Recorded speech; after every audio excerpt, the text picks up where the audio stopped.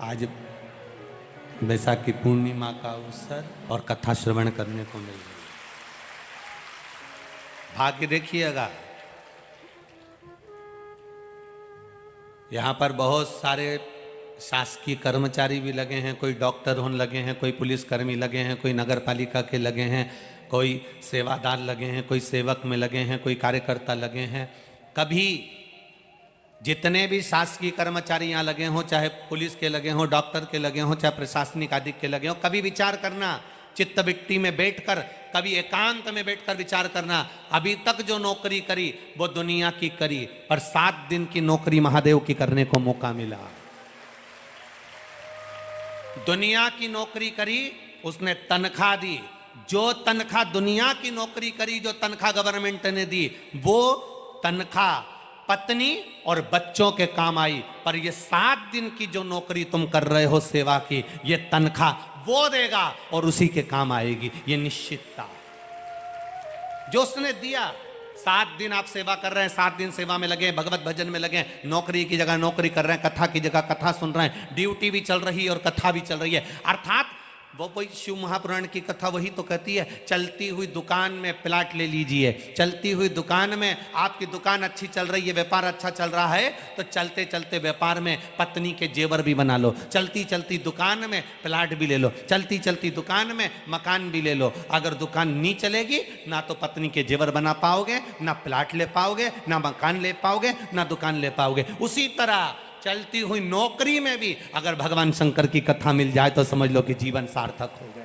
हाथ पैर चल रहे हैं, शरीर चल रहा है, और हमारे ये शरीर जब चल रहा है, उस चलते में भगवत भजन हो जाए, इससे बढ़कर सुख और क्या होगा। आज चौरसिया परिवार यहाँ कथा करवा रहा है। यजमान परिवार, चौरसिया परिवार अगर यहाँ बैठा है, कथा के मुख्य यजमान बनकर बैठे हैं, तो चलते चलते इस शरीर के चलते चलते शिव महापुराण की कथा करवा ली, अपने जीवन को सार्थक कर लिया। ये जीवन की श्रेष्ठता है, ये जीवन का एक आनंद है, और इसी को श्रेष्ठता है। शिव महापुराण की कथा आकोला वालों को मिली है। समर्थ का मतलब ही सामर्थ्यता से होता है। समर्थ का मतलब ही होता है कि जिसके पास में कोई कमी ना हो, वो सामर्थ्यवान है, स्वयं में समर्थता है उसमें।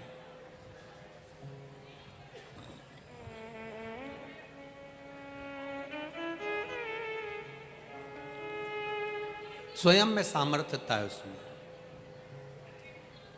महाराज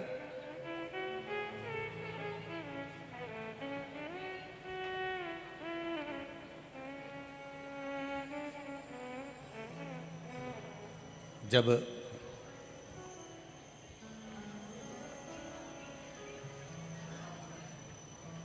तात्या भोसले जी का मन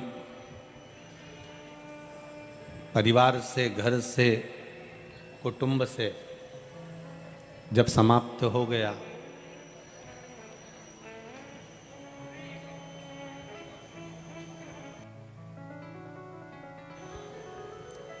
तात्या भोसले जी का मन जब हर जगह से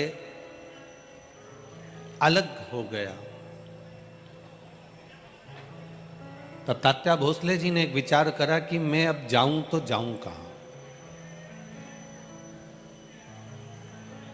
जिसको परिवार से धक्का मिल जाता है, कुटुंब से धक्का मिल जाता है, जिसको हर जगह से चोट दे दी जाती है, हर जगह से धक्का दे दिया जाता है, हर जगह से उसको धकेल दिया जाता है, ठोकर लगा दी जाती है, हर जगह से जब वो ठोकर खा लेता है, तो फिर वो किसी न किसी सद्गुरु की शरण में चले जाता है,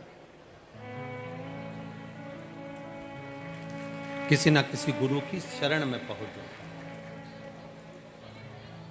तात्या भोसले जी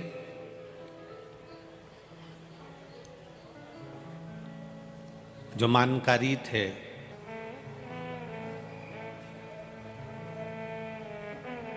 राज्य की सीमा का जिनके पास में कार्यभार था, उन तात्या भोसले जी ने विचार करा, मुझे परिवार अच्छा नहीं लग रहा, मुझे कुटुंब अच्छा नहीं लग रहा, मुझे ये संसार ठीक नहीं लग रहा, अब तो मुझे मेरे प्राणों को त्याग देना चाहिए, अब अंत समय की ओर मुझे चले जाना चाहिए। ठोकर लगने के बाद में, चोट लगने के बाद में, जगत के लोग जब आपको ताना दे देते हैं, जब गाली दे देते हैं, अपशब्द कह देते हैं, आड़ा टेढ़ा कह देते हैं, अपशब्द पर अपशब्द कह देते हैं, तब ये मन क्षुब्ध हो जाता है, फिर ये मन कहीं लगता ही नहीं। अब तो ऐसा लगता है कि प्राणों को त्याग देना चाहिए।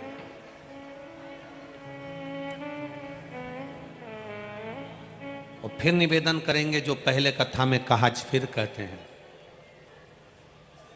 दुनिया के लोगों पर विश्वास करोगे एक दिन टूट जाएगा, दुनिया के लोगों पर भरोसा करोगे एक दिन धोखा दे दिया जाएगा, पर मेरे महादेव पर विश्वास करोगे और भरोसा करोगे तो कभी वो धोखा नहीं देगा। शंकर भगवान पर करा गया विश्वास, शिव जी पर करी गई अटूट श्रद्धा, आपका भरोसा, आपकी दृढ़ता टूटने वाली नहीं है।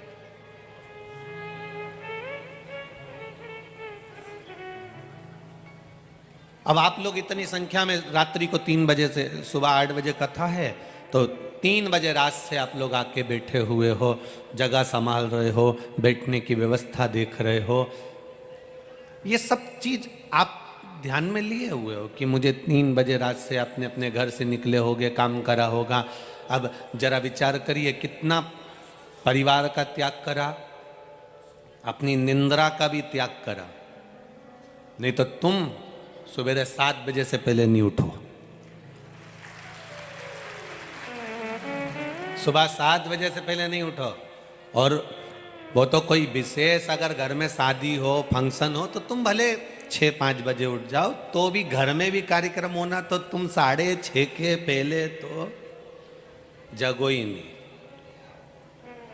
पर फिर भी अपनी निंद्रा का भी त्याग करा, अपने घर का भी त्याग करा, परिवार को त्यागते हुए 3 घंटा देवाधिदेव महादेव को दिया। जब आप अपनी निंद्रा का त्याग कर सकते हो, अपने घर का त्याग कर सकते हो और कथा स्थल तक पहुंच सकते हो, तो वो भी कैलाश का त्याग कर कर, काशी का त्याग कर कर आपके पास आ सकता है। ये निश्चित था। उसका भरोसा, उसकी दृढ़ता, उसका विश्वास, बस ये मूल है। और आपका भरोसा जब दृढ़ हो जाएगा, आपका विश्वास जब दृढ़ हो जाएगा, तो उससे मिलन निश्चित है।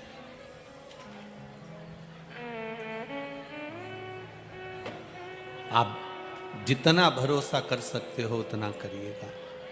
महाराज तात्या जी भोसले जी, जिन्होंने अपना घर, अपना परिवार, जहाँ से उनको ठोकर मिली, जहाँ से उनको अपशब्द कहा गया, जहाँ से उनको ताने दिए गए, और उनके वैभव को, उनकी सत्ता को, उनके धन को, उनकी दौलत को हड़पने का प्रयास किया गया।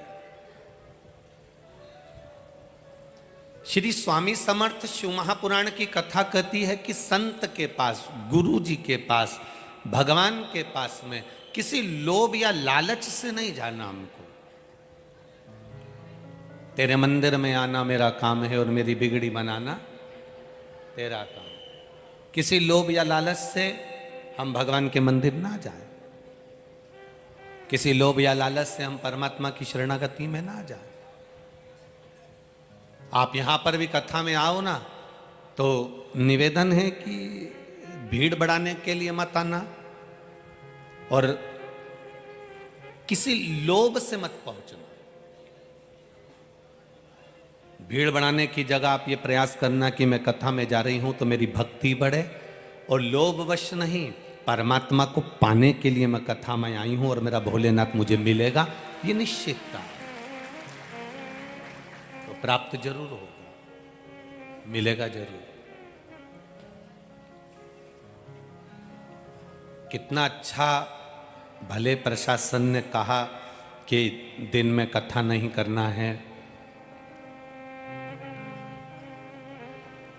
सुबह के समय का समय प्रशासन ने दिया 8 बजे से 11 बजे का, पर उन्होंने नहीं दिया है। ये तो राजराजेश्वर बाबा की कुछ कृपा प्रशासन पर हुई होगी जो उन्होंने सुबह 8 बजे का दिया। बाबा राजराजेश्वर जो जिस नगर में जहाँ का राजा होता है उस राजा को सबकी प्रजा की प्रकर रहती है। राजराजेश्वर कहते हैं उसे अकोला का, उसको अपनी प्रजा की चिंता है। अगर ये 1 बजे से कथा में जाएगी तो इसको 2 घंटे पहले कथा में जाना पड़ेगा, मतलब 1 बजे की कथा है, मतलब 10 बजे निकलना पड़ेगा। 10 बजे कथा के लिए जाएगी, कथा समापन होगी 4 बजे। 7 बजे जब यहाँ से 6 बजे तक लाइन से लगकर ट्रैफिक में जाती जाती शाम को 7-8 बजे जाएगी, तो इनका दुकान, व्यापार, व्यवसाय सब कहीं ना कहीं थोड़ा बहुत रुक जाएगा। इसलिए राजराजेश्वर राजा कहते हैं उसको अपनी प्रजा की चिंता लग गई कि किसी की दुकान भी खराब नहीं हो, व्यापार भी खराब नहीं हो, तो उसने सुबह से कथा रखी। इसी को राजराजेश्वर कहते हैं, इसी को राजा कहते हैं, जिसको अपने प्रजा की चिंता है।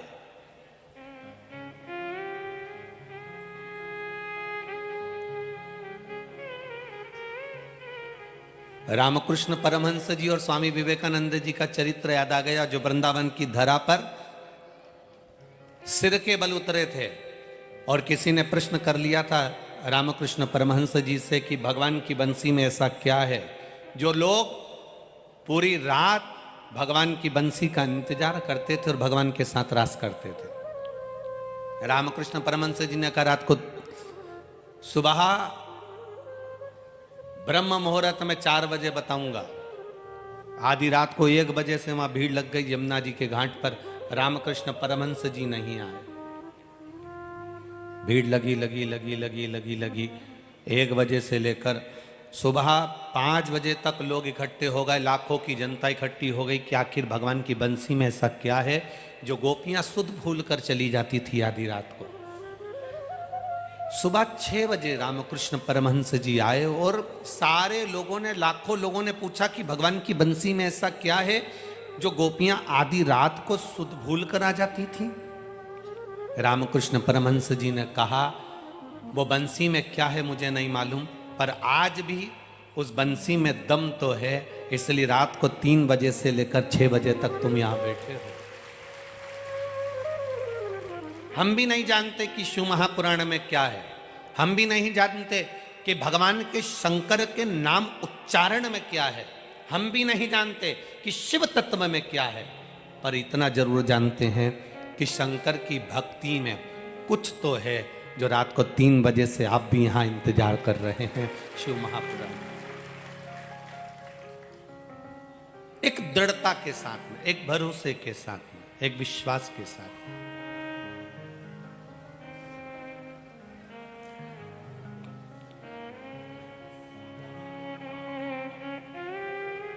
महाराज तात्या भोसले जी ने परिवार को, कुटुंब को, रिश्तों को, नातों को त्याग कर किसी गुरु की शरणागति ग्रहण करने का मन में भाव बनाया। मौका मिले जिंदगी में, बहुत लंबी जिंदगी नहीं है मनुष्य का, जीवन बहुत लंबा नहीं है। पहले तो गारंटी भी थी कि ये 100 साल जी जाएगा, अभी तो किसी की गारंटी भी नहीं कि 100 वर्ष तक जी जाएगा। किसका भरोसा? एक क्षण का भरोसा नहीं मानव देह का, कब प्राण छूट जाए, कब जाना पड़ जाए, कब इन प्राण के पखेरु उड़ जाएं, इसका किसको अंदाजा, इसका किसको ज्ञान? हम होएं, आप होएं, चाहे दुनिया का कोई व्यक्ति हो, कितना बड़ा भी वो भाग्य का वक्ता क्यों ना हो, कितना बड़ा भी वो भविष्य का वक्ता क्यों ना हो, पर मृत्यु पर उसका कोई कमांड नहीं हो सकता। मृत्यु सत्य है, इसलिए कहा जाता है राम नाम सत्य। मृत्यु की सत्यता है, उसको कोई नकार नहीं सकता। और जब मृत्यु सत्य है तो उसका विचरण, उसका विचार करना, उसका चिंतन करना तात्या भोसले जी ने विचार करा कि अब मुझे यहाँ पर परिवार में, नातों में, रिश्तों में, कुटुंब में, कबीले में नहीं रहना। अब मुझे छोड़कर भगवान की भक्ति की ओर अग्रण्य होना। मुझे भगवान का भजन करना है, मुझे स्मरण करना है, मुझे भक्ति करना है, मुझे मंत्र जाप करना है, मुझे नाम जाप करना है। और तात्या भोसले जी छोड़कर श्री स्वामी समर्थ जी के पास में पहुंच गए।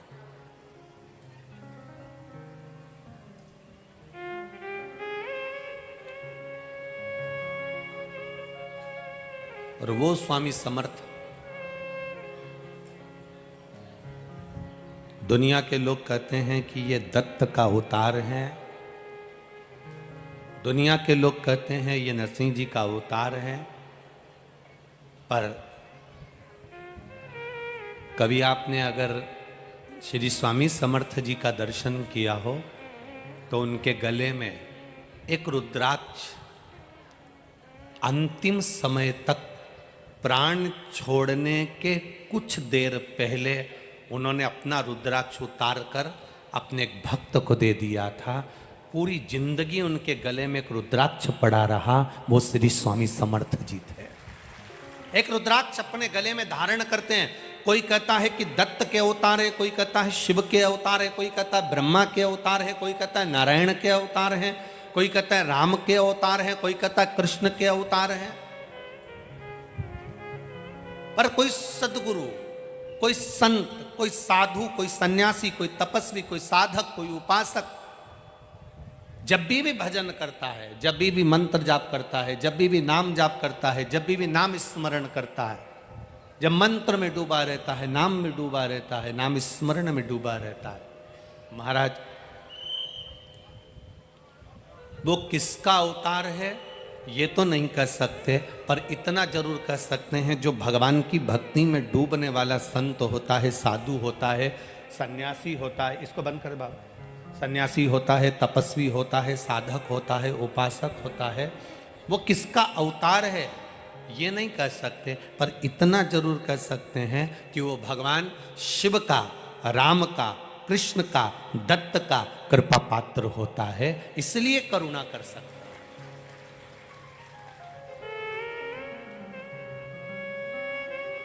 तात्या भोसले जी पहुंच गए श्री स्वामी समर्थ जी के पास।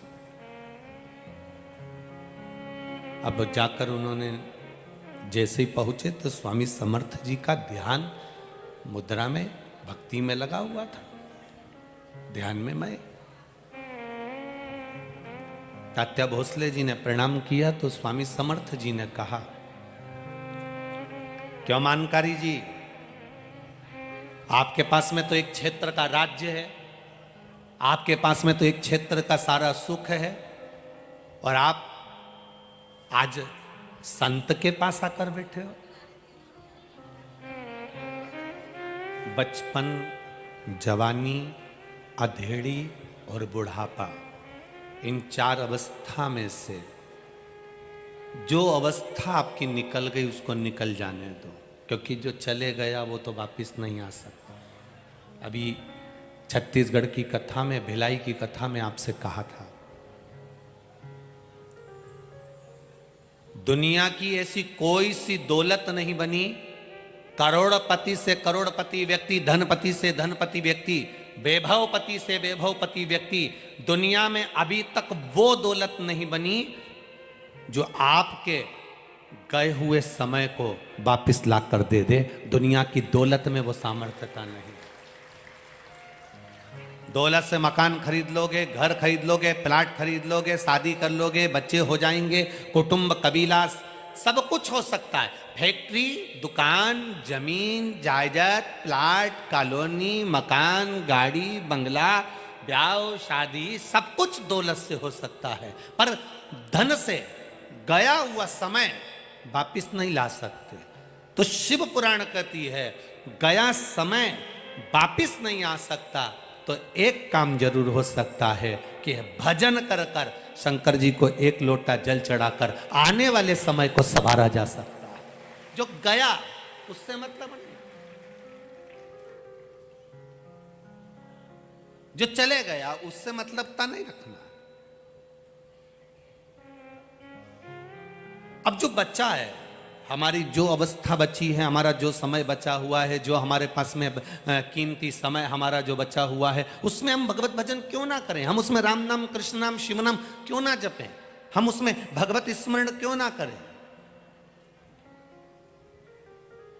हम उसे भक्ति से दूर क्यों चले जाएं? तात्या भोसले जी से कहा, तुम तो मानकारी हो। स्वामी समर्थ जी कह रहे तुम मानकारी हो, तुम्हारे पास में सत्ता थी, वैभव था, सब कुछ था, सब कुछ है तुम्हारा, फिर आज संत के पास आने की जरूरत क्या पड़ गई? आज साधु के पास, गुरु के पास आने की जरूरत क्या पड़ गई?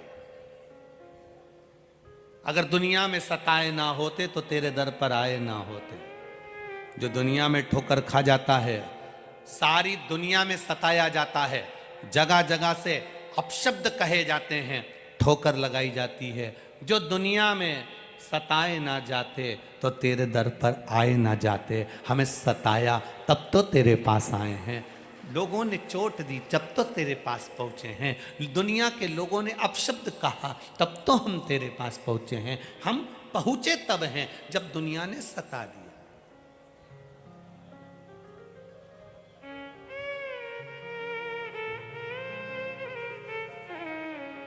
कितने किस्मत वाले हो आकोला वालों, जरा विचार करिएगा, तुम्हारा भाग्य देखिए कितना प्रबल होगा।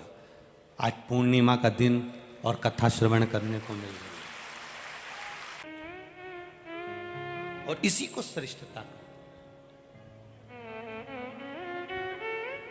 तात्या भोसले जी से कहा, मानकारी जी, स्वामी समर्थ जी करें आप मानकारी हो, आपके पास में सत्ता है, वैभव है, और आप मेरी शरण में आज यहां आकर बैठे हो, संतों के पास में, आज साधु के पास में, सदगुरु के पास में आकर बैठे हो, क्या बात है? तात्या भोसले जी ने कहा, अब मेरा मन परिवार में नहीं लगता, अब मेरा मन कुटुंब में नहीं लगता, अब मेरा मन ऐसा करता है कि कुछ देर परमात्मा की भक्ति करी जाए, अब कुछ देर भगवान का भजन करा जाए। तात्या भोसले जी ने सेवा करना प्रारंभ करी। स्वामी समर्थ की सेवा करते करते करते करते करते करते करते करते स्वामी समर्थ जी की सेवा करते करते एक दिन तात्या भोसले जी पहुंच गए किसी विद्वान प्रखंड पंडित के पास, और उन्होंने कह दिया कि इतनी तारीख को इतनी बजे तेरे प्राण छूट जाएंगे, तू मर जाएगा। तात्या भोसले जी ने जब सुना प्रसन्न हो गए। जाना तो सबको है, ऐसा कोई मनुष्य पैदा ही नहीं हुआ जो नहीं जाएगा। हो सकता है आकोला में ऐसा कोई हो तो बात दूसरी है जो नहीं जाएगा, पर आया है सो जाएगा। तुम बादाम भी खा लोगे तो भी मरना है, और रसगुल्ला खा लोगे तो भी मरना तो निश्चित है। ऐसा संसार में कोई नहीं जन्मा जो मरेगा नहीं। परंतु आज के जमाने में किसी व्यक्ति से कह दो, एक बहू सास से कह दे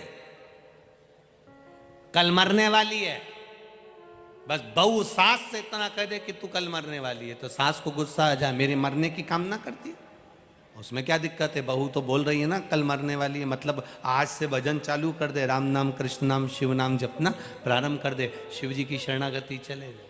मृत्यु तो निश्चित है, जानना तो पड़ेगा। 7 ताले में बंद हो जाओ तो भी जाना पड़ेगा। राजा परीक्षित के लिए पुत्र जनमेजय ने कांच का महल बना दिया, शीशे का महल बना दिया। एक परिंदा पर नहीं मार सकता। एक अनार का रस जिस गिलास में, जिस पात्र में भरा कर जा रहा था, उस पात्र के नीचे की पेंदी में तक्षक नाग चिपक कर अंदर चले गया। और जब राजा परीक्षित के सम्मुख में तक्षक नाग पहुंचा तो तक्षक ने कहा, तेरा समय आ गया, तेरा काल आ गया। राजा परीक्षित नैनों में जल, हाथ जोड़कर कहते हैं, आप अपना कर्म करिए, मैं अपना कर्म करूंगा। राजा भक्ति करने लगे, भजन करने लगे, और तक्षक नाग पांव के अंगुष्ठ में डस लेता है। जरा विचार करिएगा, पांव के अंगूठे में ही तक्षक नाग क्यों डस रहा? क्या पूरे शरीर में कहीं तक्षक नाग को डसने के लिए जगह नहीं मिली? पांव के अंगुष्ठ में इसलिए डस रहा है क्योंकि भगवान की भक्ति में राजा इतना डूब गया था कि इसके चरणों को मैं प्रणाम भी कर लूंगा और इसके चरणारविंद का रसतत्व मैं ग्रहण कर लूंगा तो मेरी भी जिंदगी सार्थक हो जाएगी। चरण के अंगुष्ठ में दस रहा।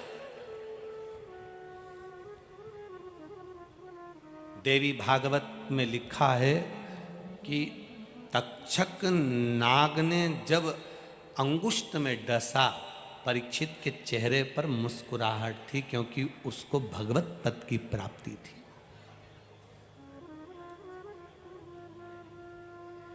भगवत पद की प्राप्ति,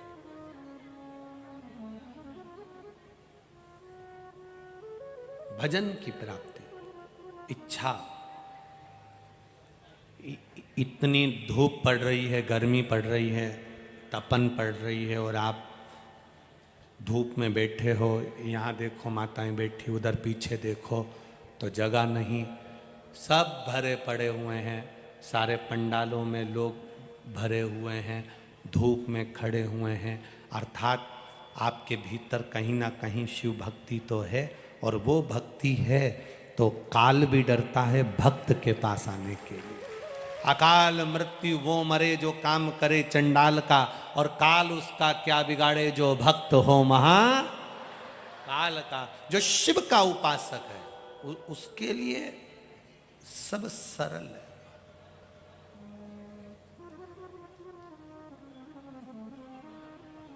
वो तो ये पंडाल में यहाँ बीच में थोड़ी जगह खाली पड़ी है, मैं कार्यकर्ताओं से आज तो नहीं पर कल निवेदन करूंगा कि जो धूप में बैठे रहे उनको यहाँ आगे बिठाने में तुम्हारा क्या जाता है, बिठा दिया करो। यहाँ जगह संभालोगे तो क्या ऊपर भी जाके जगह संभालोगे रे? विचार तो करो थोड़ा। इतनी सारी जगह खाली रखने से कौन सा लाभ है? धूप में लोग बैठे रहे और तुम जगह खाली करके बैठे रहो, क्या मतलब का जीवन तुम्हारा? जहां जगह मिले भक्तों की सुविधा के लिए शिव महापुराण की कथा है। जैसी सुविधा मिल जाए वैसा आनंद पाकर 3 घंटे के बाद ये जगह जहाँ की जहीं रह जाएगी, इसको कोई नहीं लेके जाएगा, वहीं पड़ी की पड़ी है। और खूब सो, आनंद पाओ और भक्ति करो, भजन। जहाँ जगह का आनंद हो वहाँ सुख पाइएगा। खाली न जाता कोई दर से तुम्हारे, मैं भी खड़ा हूँ नन्ही बाहें पसारे। अपने हृदय से लगा लो, लगा लो, गिरा जा रहा हो, उठा लो। शिव कथा कह रही है, भगवान शंकर की पावन कथा रसतत्व ग्रहण करने का भाव वर्णित कर रहा है महाराज। हमारे यहाँ शास्त्र कह रहा है, धीमा बजाओ भोलानाथ डमरू, धीमा बजाओ, धीमा बजाओ भोलानाथ डमरू, धीमा बजाओ, धीमा बजाओ भोलानाथ डमरू, धीमा बजाओ, धीमा बजाओ भोलानाथ डमरू। दोनों हाथों से प्रेम से धीमा बजाओ, धीमा बजाओ भोला, धीमा बजाओ, धीमा बजाओ भोला, धीमा बजाओ, धीमा बजाओ भोला, धीमा बजाओ, धीमा बजाओ भोला, धीमा बजाओ। अरे धीमा बजाओ भोलानाथ डमरू, धीमा बजाओ, धीमा बजाओ भोलानाथ डमरू, धीमा बजाओ। दोनों हाथों से ताली से बजाते हैं।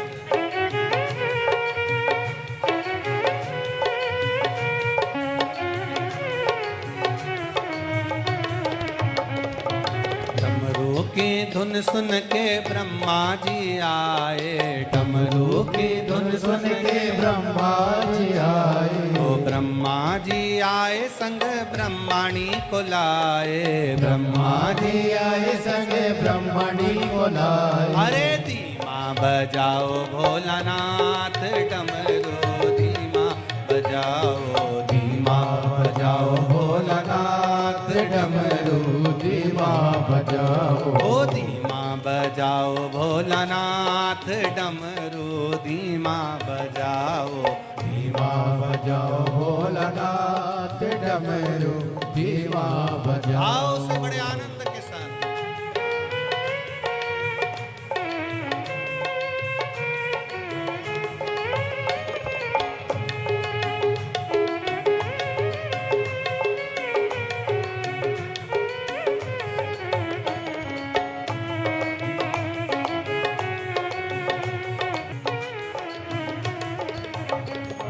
डमरू की धुन सुन के राम जी आए, डमरू की धुन सुन के राम जी आए, ओ राम जी आए संग सीता को लाए, राम जी आए संग सीता को लाए, ओ राम जी आए संग सीता को लाए, राम जी आए संग सीता को लाए। अरे धीमा बजाओ भोलानाथ डमरू धीमा बजाओ, धीमा बजाओ भोलानाथ डमरू धीमा बजाओ, ओ धीमा बजाओ भोलानाथ डमरू धीमा बजाओ, धीमा बजाओ भोलानाथ डमरू धीमा बजाओ।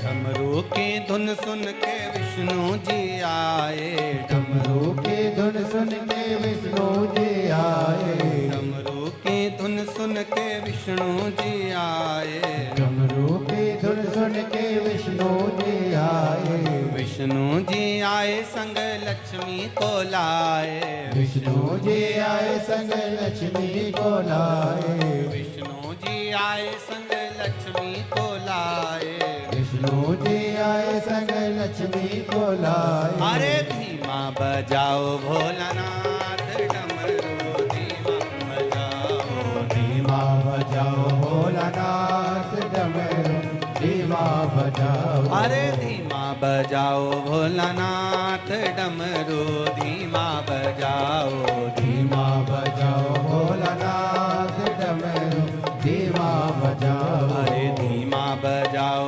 भोलानाथ डमरू धीमा बजाओ, धीमा बजाओ भोलानाथ डमरू धीमा बजाओ, अरे धीमा बजाओ भोलानाथ डमरू धीमा बजाओ, धीमा बजाओ भोलानाथ डमरू धीमा बजाओ। हर हर महादेव। अपने स्थान पर बैठकर भगवान शिव से अपने हृदय की बात, दिल की बात बाबा देवाधिदेव महादेव से कहिए। जहां जगह मिल जाए वहीं बैठ जाओ और दिल से बाबा से प्रार्थना करें, भाव के साथ दिल से बाबा से निवेदन करें।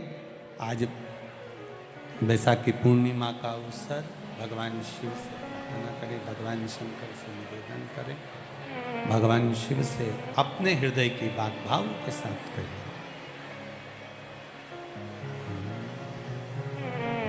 श्री शिवाय नमस्तुभ्यं, श्री शिवाय नमस्तुभ्यं, श्री शिवाय नमस्तुभ्यं, श्री शिवाय नमस्तुभ्यं, श्री शिवाय नमस्तुभ्यं। भोला सब दुख काटो हमारा, ओ भोला सब दुख काटो हमारा। शिव शंकर जपो तेरी माला, भोले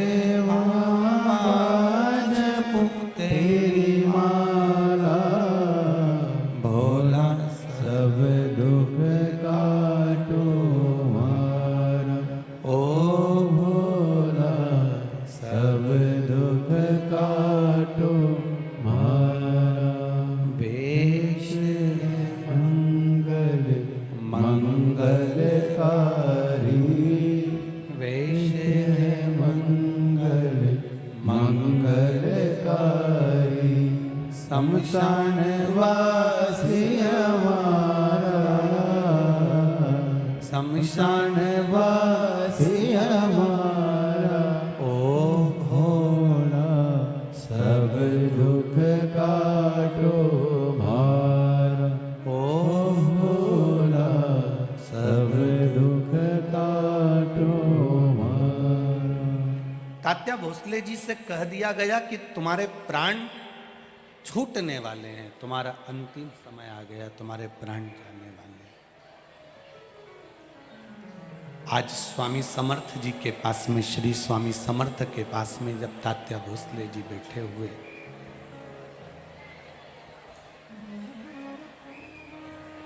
चरण दबा रहे थे, श्री स्वामी समर्थ जी के जब चरण दबा रहे हैं, चरण दबाते दबाते दबाते दबाते तात्या भोसले जी के आंखों से अश्रु श्री स्वामी समर्थ के चरणों पर गिरा। जब श्री स्वामी समर्थ जी के चरणों पर अश्रु गिरा, गिरते से ही श्री स्वामी समर्थ जी ने तात्या भोसले जी से कहा, तात्या सुन, तेरी चिट्ठी आ गई, अब तुझे जाना है। तात्या भोसले जी ने कहा, गुरुवर, सारा जिंदगी पूरा समय तो मेरा परिवार में चले गया, कुटुंब में चले गया, रिश्ते नातों में चले गया, ये थोड़ा सा जो समय बचा है यह आपको देना चाहता हूं। अगर इतनी जल्दी चले जाऊंगा तो आपकी सेवा कैसे कर पाऊंगा।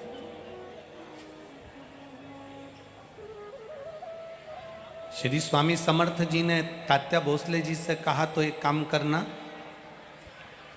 बैठे रहना, मैं सो भी जाऊं तो चरण छोड़कर मत जाना। सारी दुनिया की दौलत कहीं लुटाई जा रही हो, सारी दौलत, दुनिया का संपदा, वैभव, सत्ता लुटाई जा रही हो, और किसी एक स्थान पर कोई सतगुरु आपको मिल रहा हो, तो दुनिया की दौलत छोड़ देना, पर सतगुरु के चरण मत छोड़ना। किसी संत, साधु, सन्यासी, तपस्वी, साधक, उपासक जो भगवान की अविरल भक्ति में डूबा हुआ है, उसके चरण की सेवा मिली है तो वो ना छोड़ी जाए। बस यमदूत आए तात्या भोसले जी को लेने के, यमदूत आए तात्या भोसले जी को लेने के लिए, खड़े रहे, बार बार तात्या भोसले जी को बुलाते रहे, पर तात्या भोसले जी से भगवान स्वामी समर्थ ने कह दिया था कि चरण मत छोड़ना, कुछ भी नहीं होगा। शिव महापुराण की कथा कहती है, जो एक लोटा जल चढ़ाना नहीं छोड़ता, महाकाल उसका हाथ कभी नहीं छोड़ता। शिव का द्वार भगवान शंकर के चरणारविंद, सदगुरु के चरणारविंद, संत, साधु, सन्यासी, तपस्वी, साधक, उपासक के चरणारविंद जो पकड़ कर रखता है। फिर निवेदन करेंगे, जो बड़ों की इज्जत करता है, माता पिता का सम्मान करता है, बड़ों का आदर करता है, बड़ों का सत्कार करता है, बुजुर्ग का, माता पिता का, गुरुजन की जो इज्जत करे, सम्मान करे, आदर करे, उसको पर्स में दवा लेकर चलने की जरूरत नहीं पड़ती, वो दुआ लेकर चलना प्रारंभ कर दे। उसको फिर पर्स में दवा लेकर चलने की जरूरत नहीं पड़ेगी। जो गुरु का आदर कर रहा है, माता पिता की सेवा कर रहा है, माता पिता के चरणों को प्रणाम कर रहा है, घर के बुजुर्गों के चरणों को प्रणाम कर रहा है, घर के बड़ों को आदर दे रहा है, घर के बुजुर्गों का सम्मान करे, आदर दे, सत्कार करे। एक भक्त को जो पहचान जाए, एक साधु जन, गुरुजन, सन्यासी जन, तपस्वी, साधक, उपासक की जो सेवा में लगा हुआ है, उसको जेब में, पर्स में दवा लेकर चलने की जरूरत नहीं पड़ती, दुआ उसके साथ हर पर चलती है। बड़ों का आदर करने वालों के साथ में बड़ों की दुआ उसके साथ चलती है, तो उसको तकलीफ नहीं भोगना पड़ती, उसको कष्ट नहीं भोगना पड़ता।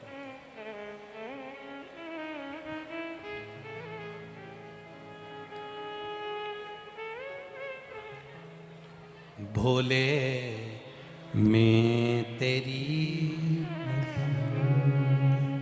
हवा बिच उड़ती जावांगी बाबा डोर तो छठीला मैं कटी जावांगी। तात्या भोसले ने चरण पकड़े स्वामी समर्थ जी के, स्वामी समर्थ जी के चरण पकड़े रखे। जब यमदूत चले गए, तात्या भोसले के प्राण बच गए। तात्या भोसले ने स्वामी समर्थ जी से कहा कि गुरुवर, ऐसा आपके पास में क्या है जिससे यम के दूत दूर से ही चले जाते हैं? यम के दूत दूर से ही चले जाते हैं, ऐसा आपके पास में क्या है? स्वामी समर्थ जी ने तात्या भोसले को जो शब्द कहा, इस महाराष्ट्र की पावन धरा पर जितने लोग कथा श्रवण कर रहे हैं और जितने आस्था चैनल और फेसबुक यूट्यूब पर सुन रहे हैं, वो बड़े ध्यान से सुनना। तात्या भोसले जी से स्वामी समर्थ जी ने कहा, तात्या, भजन करने वाला, भक्ति करने वाला, शिव तत्व को जानने वाला, शंकर भगवान के एक रुद्राक्ष को गले में धारण करने वाला, अगर तुम नहीं भी रुद्राक्ष पहने हो, तुम नहीं भी शंकर के मंदिर जाते हो, तुम शंकर के मंदिर में एक लोटा जल भी नहीं चढ़ाते हो, तुम कभी किसी गुरु की शरणागति नहीं गए, पर किसी रुद्राक्ष पहनने वाले के पास या भगवान की भक्ति करने वाले के पास या भजन करने वाले के पास अगर मात्र जाकर बैठ गए हो और उसके शरीर का मात्र स्पर्श भी अगर तुमको हो रहा है, तो यम के दूत बंदी बना नहीं सकते, वो यमदूत भी दूर हट जाते हैं, वो यमदूत भी दूर हट जाते हैं। अकाल मृत्यु वो मरे जो काम करे, चंडाल का और काल उसका क्या बिगाड़े, जो भक्त हो महा। बोल बम का नारा है, आवाज नहीं आई, जरा जम के बोलो, बोल बम का नारा है। एक सहारा केवल बाबा जी के गले में एक रुद्राक्ष पड़ा हुआ है, उनकी भक्ति बड़ी हुई है, उनका विश्वास बड़ा है, उनका भजन बड़ा है, तो उसका स्पर्श तात्या भोसले जी ने जो चरण पकड़ कर रखा है, मात्र स्पर्श मात्र भी सुख दे देता है। हमारे मराठवाड़ा में, हमारे महाराष्ट्र में,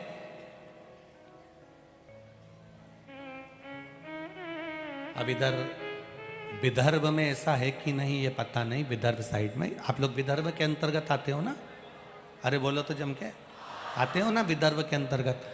तो मराठवाड़ा के साइड में जाओ तो वहाँ पर एक नियम बना हुआ है, विदर्भ में ऐसा है कि नहीं पता नहीं, मराठवाड़ा में ऐसा नियम बना है कि जगह जगह जहाँ संत, सन्यासी, तपस्वी, संत जन, गुरुजन जो भी हुए हैं, उनकी मूर्ति का इतना दर्शन का महत्व नहीं है जितना उनकी पादुका के दर्शन का महत्व है। अब इधर विदर्भ में ऐसा है कि नहीं पता नहीं, वहां इतना मूर्ति का महत्व नहीं है जितने उनके पादुका, जितने उनके चरण चिन्ह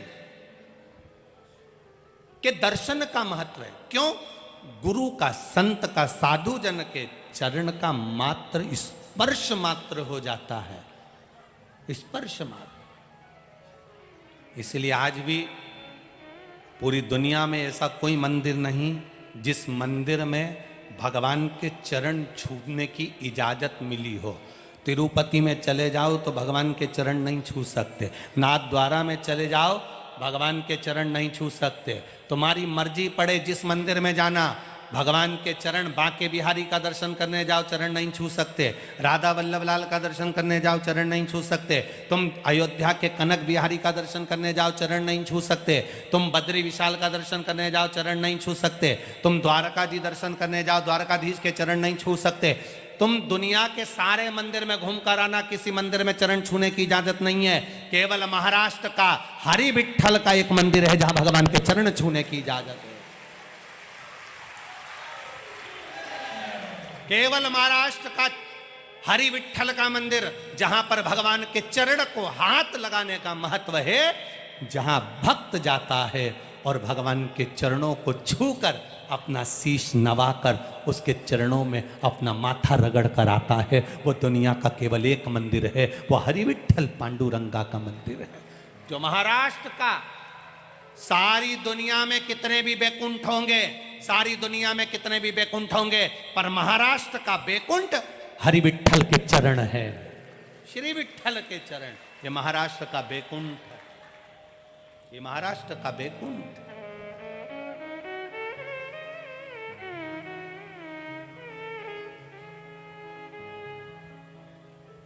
केवल एक बैकुंठ है।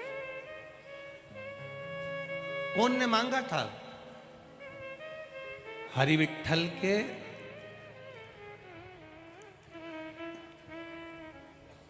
चलो रे महाराष्ट्र वालों, जरा बोलो तो रे, उत्तर देना है तो तुम्हें चौरसिया जी पुरस्कार देंगे, पक्का है, ठीक है? हाँ हाँ बिल्कुल, हाँ हम कह देंगे ना चौरसिया जी को, वो तुम्हें देने से मना नहीं करेंगे, तुम तो बस उत्तर दे दो। हरि विठल के चरण का सबसे पहला दर्शन चरण पकड़कर किसने किया था? चलो उत्तर दो रे, बोलो रे महाराष्ट्र वालों, जल्दी उत्तर दो।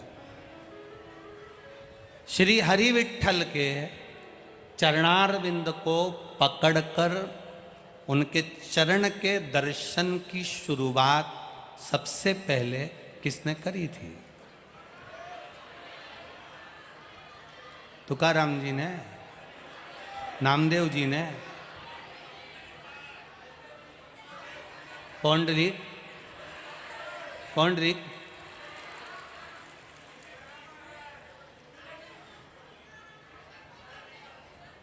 संत तुकाराम जी, संत ज्ञानेश्वर जी, पौंडलिक जी, संत नामदेव जी, और जितना नाम हो सब बोल दो रे, एक ही बार में झंझट समाप्त।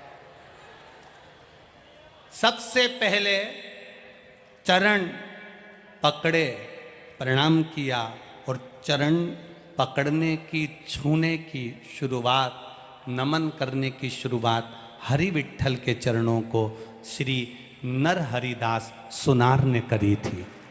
नर हरिदास पौंडरिक ने चरण नहीं पकड़े थे, पौंडरिक ने तो ईंट फेंकी थी, इसके ऊपर खड़े हो जा। संत तुकाराम जी तो भगवान में समाहित हुए थे। नामदेव जी के लिए तो भगवान ने अपना मंदिर पलट दिया था। केवल सुनार नर हरिदास, केवल नरहरि एक ही था जिसके लिए भगवान ने अपना चरण दिया था।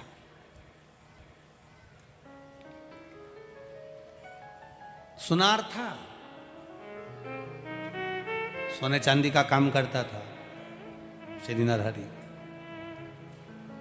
नरहरि के जो माता पिता थे वो भी सोने चांदी का काम करते थे, पर इनकी पंढरपुर में रहते थे, हरि विठल की नगरी में रहते थे, पर कभी पंढरपुर की हरि विठल का दर्शन कभी नहीं करा, ना नरहरि ने करा ना इसके माता पिता ने करा। आज तक पंढरपुर के हरि विठल का दर्शन नहीं करा था। अब सोचिएगा जरा, पंढरपुर में रह रहा है, वो कहते हैं नदी में रह रहा और मगरमच्छ से मेल कर रहा है। जरा सोचिएगा। अब नरहरि, उनके माता पिता स्वर्णकारों का गौरव, सुनारों का गौरव नरहरि, जो पंढरपुर में रहते हैं, जिनके माता पिता मल्लिकार्जुन भगवान की सेवा करते हैं, शंकर जी के मंदिर जाते हैं, शिव जी को एक बेलपत्र चढ़ाते हैं, एक लोटा जल चढ़ाते हैं। शंकर की भक्ति के सिवाय वो कभी अपनी दुकान छोड़कर हरि विठल का दर्शन करने तक नहीं गए, कभी नहीं गए। अब सुनार नरहरि के माता पिता ने नरहरि को देखा तो विचार करा कि इसकी शादी कर देना चाहिए, बड़ा हो गया बेटा, भगवान के मंदिर जाता है, मल्लिकार्जुन के मंदिर जाता है, पूजन करता है। चंद्रभागा नदी के तट पर एक मंदिर है जिसका नाम है मल्लिकार्जुन महादेव। कौन कौन ने दर्शन करे? हरि विठ्ठल, पांडुरंगा। पंढरपुर कौन कौन गया ये बताओ। अच्छा, सब गए हो पंढरपुर? धर लो, हाथ नीचे धरो। अब पंढरपुर में एक मंदिर है चंद्रभागा नदी के तट पर, मल्लिकार्जुन भगवान का मंदिर। किस किस ने दर्शन करें? हाँ देखो, बहुत लोगों ने करे। मल्लिकार्जुन महादेव जैसे ही चंद्रभागा को नहाकर निकलोगे, घाट पर ही बना हुआ है। घाट तो है ही नहीं, बालू रेत पड़ी है, वहीं पर मंदिर बना हुआ है। और सरल भाषा में समझिएगा, ये महेश्वरी भवन पंढरपुर का, समझ रहे हो ना? महेश्वरी भवन से और आगे गए, राइट में है डोंगरे जी महाराज का भवन, इधर आ गया मुक्ताबाई का भवन।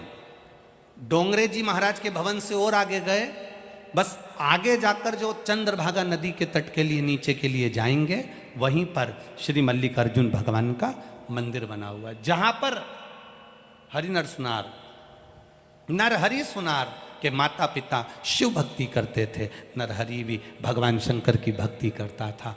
बस माता पिता के मन में आया बेटे की शादी कर दें। नरहरि से कहा हमें तुम्हारी शादी करना है। नरहरि ने कहा पिताजी मैं विवाह के लिए मना नहीं कर रहा हूं, आप मेरी शादी कर सकते हो, मना नहीं, पर शर्त केवल इतनी सी है कि मेरी जो धर्म पत्नी हो, मेरी जो पत्नी हो, जैसे मैं शिव की आराधना करता हूं, जैसे मैं शंकर भगवान की आराधना करता हूं, मेरी धर्म पत्नी भी शंकर की आराधना करने वाली हो। मेरी धर्म पत्नी भी शिव की आराधना करने वाली हो, मेरी धर्म पत्नी भी भगवान शंकर की आराधना करने वाली हो, और कुछ भी नहीं चाहिए। ठीक है। और बहुत जरूरी है, घर में बहू लेकर आना तो कार वाली मत लेकर आना, घर में बहू लेकर आना तो संस्कार वाली लेकर आना, जो संस्कारवान।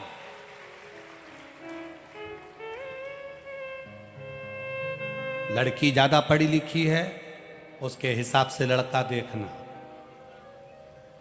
लड़का व्यापारी है, नौकरी करने वाला है, किस्सा लड़का है, उसके हिसाब से लड़की देखना। अब बिजनेस करने वाले लड़के के लिए लड़की देख रहे हो, नौकरी वाली, सोच कर बैठे हो बहू आएगी गरम रोटी देगी। अब मालूम पड़ा जगदम्बा आई तो उसी दिन से गरज रही है। कहा मतलब पर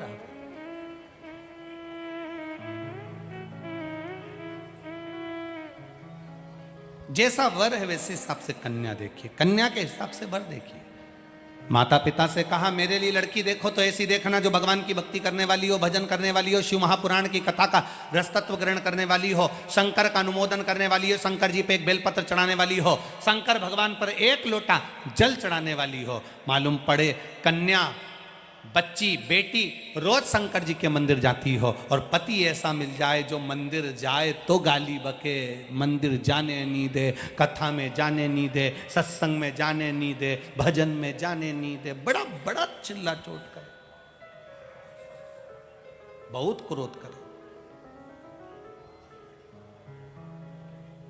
अब करो तो करो क्या?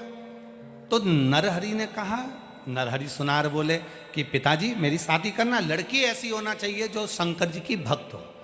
अब इनको लड़की देखी तो गंगा नाम की कन्या के साथ में इनका विवाह हो गया। शिव की उपासक थी, उसका एक काम था गंगा का, शंकर मंदिर में नंदी के पास जाना और नंदी के पास में जाकर उसको स्नान कराना, फिर शंकर भगवान की जलाधारी का स्नान कराना, स्नान कराने के बाद शंकर जी पे एक लोटा जल चढ़ाना। शिव महापुराण की कथा कहती है महाराज,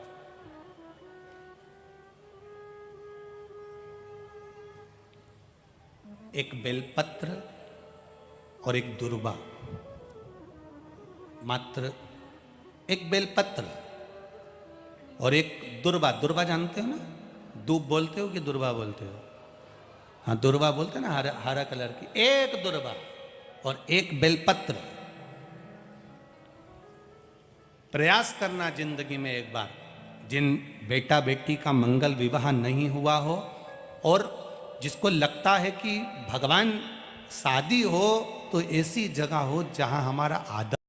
महापुराण की कथा कहती है महाराज,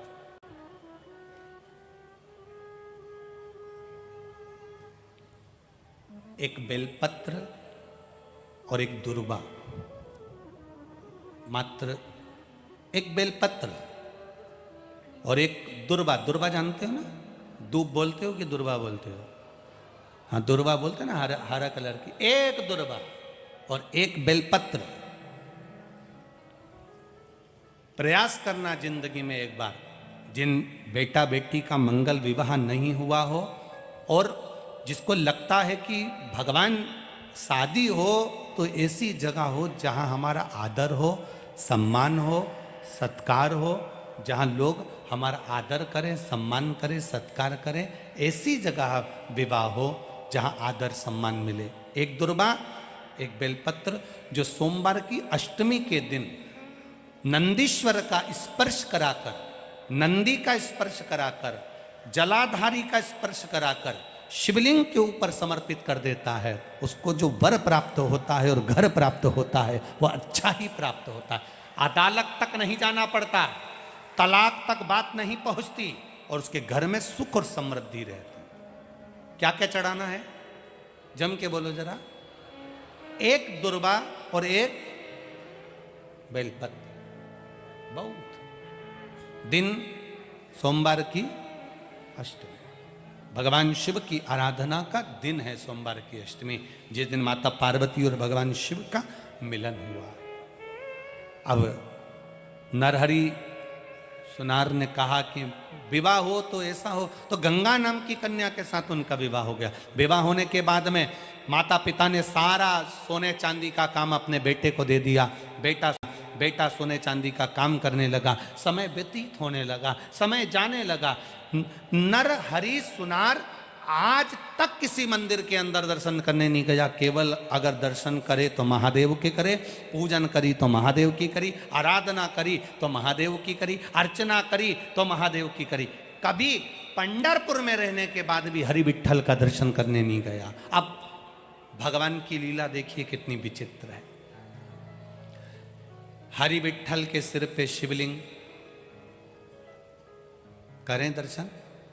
अरे बोलो तो जम के करें ना। दुनिया का केवल एक ही भगवान विष्णु का मंदिर ऐसा है जिनके सिर पर शिवलिंग है। कौन है वो? पांडुरंगा हरि विठ्ठल, जिनके सिर पे शिवलिंग। अब नारायण कमर पे हाथ रखकर खड़े थे शिवलिंग ऊपर, शिवरात्रि का दिन था।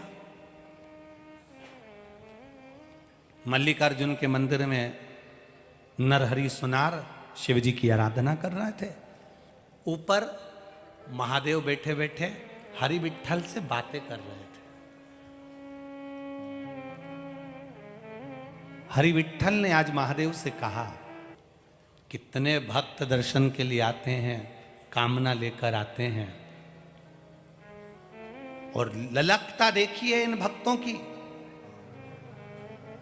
इनके भीतर कितना विश्वास, कितनी दृढ़ता। घंटों तक लाइन लगाते हैं तब जाकर मेरा दर्शन पाते हैं।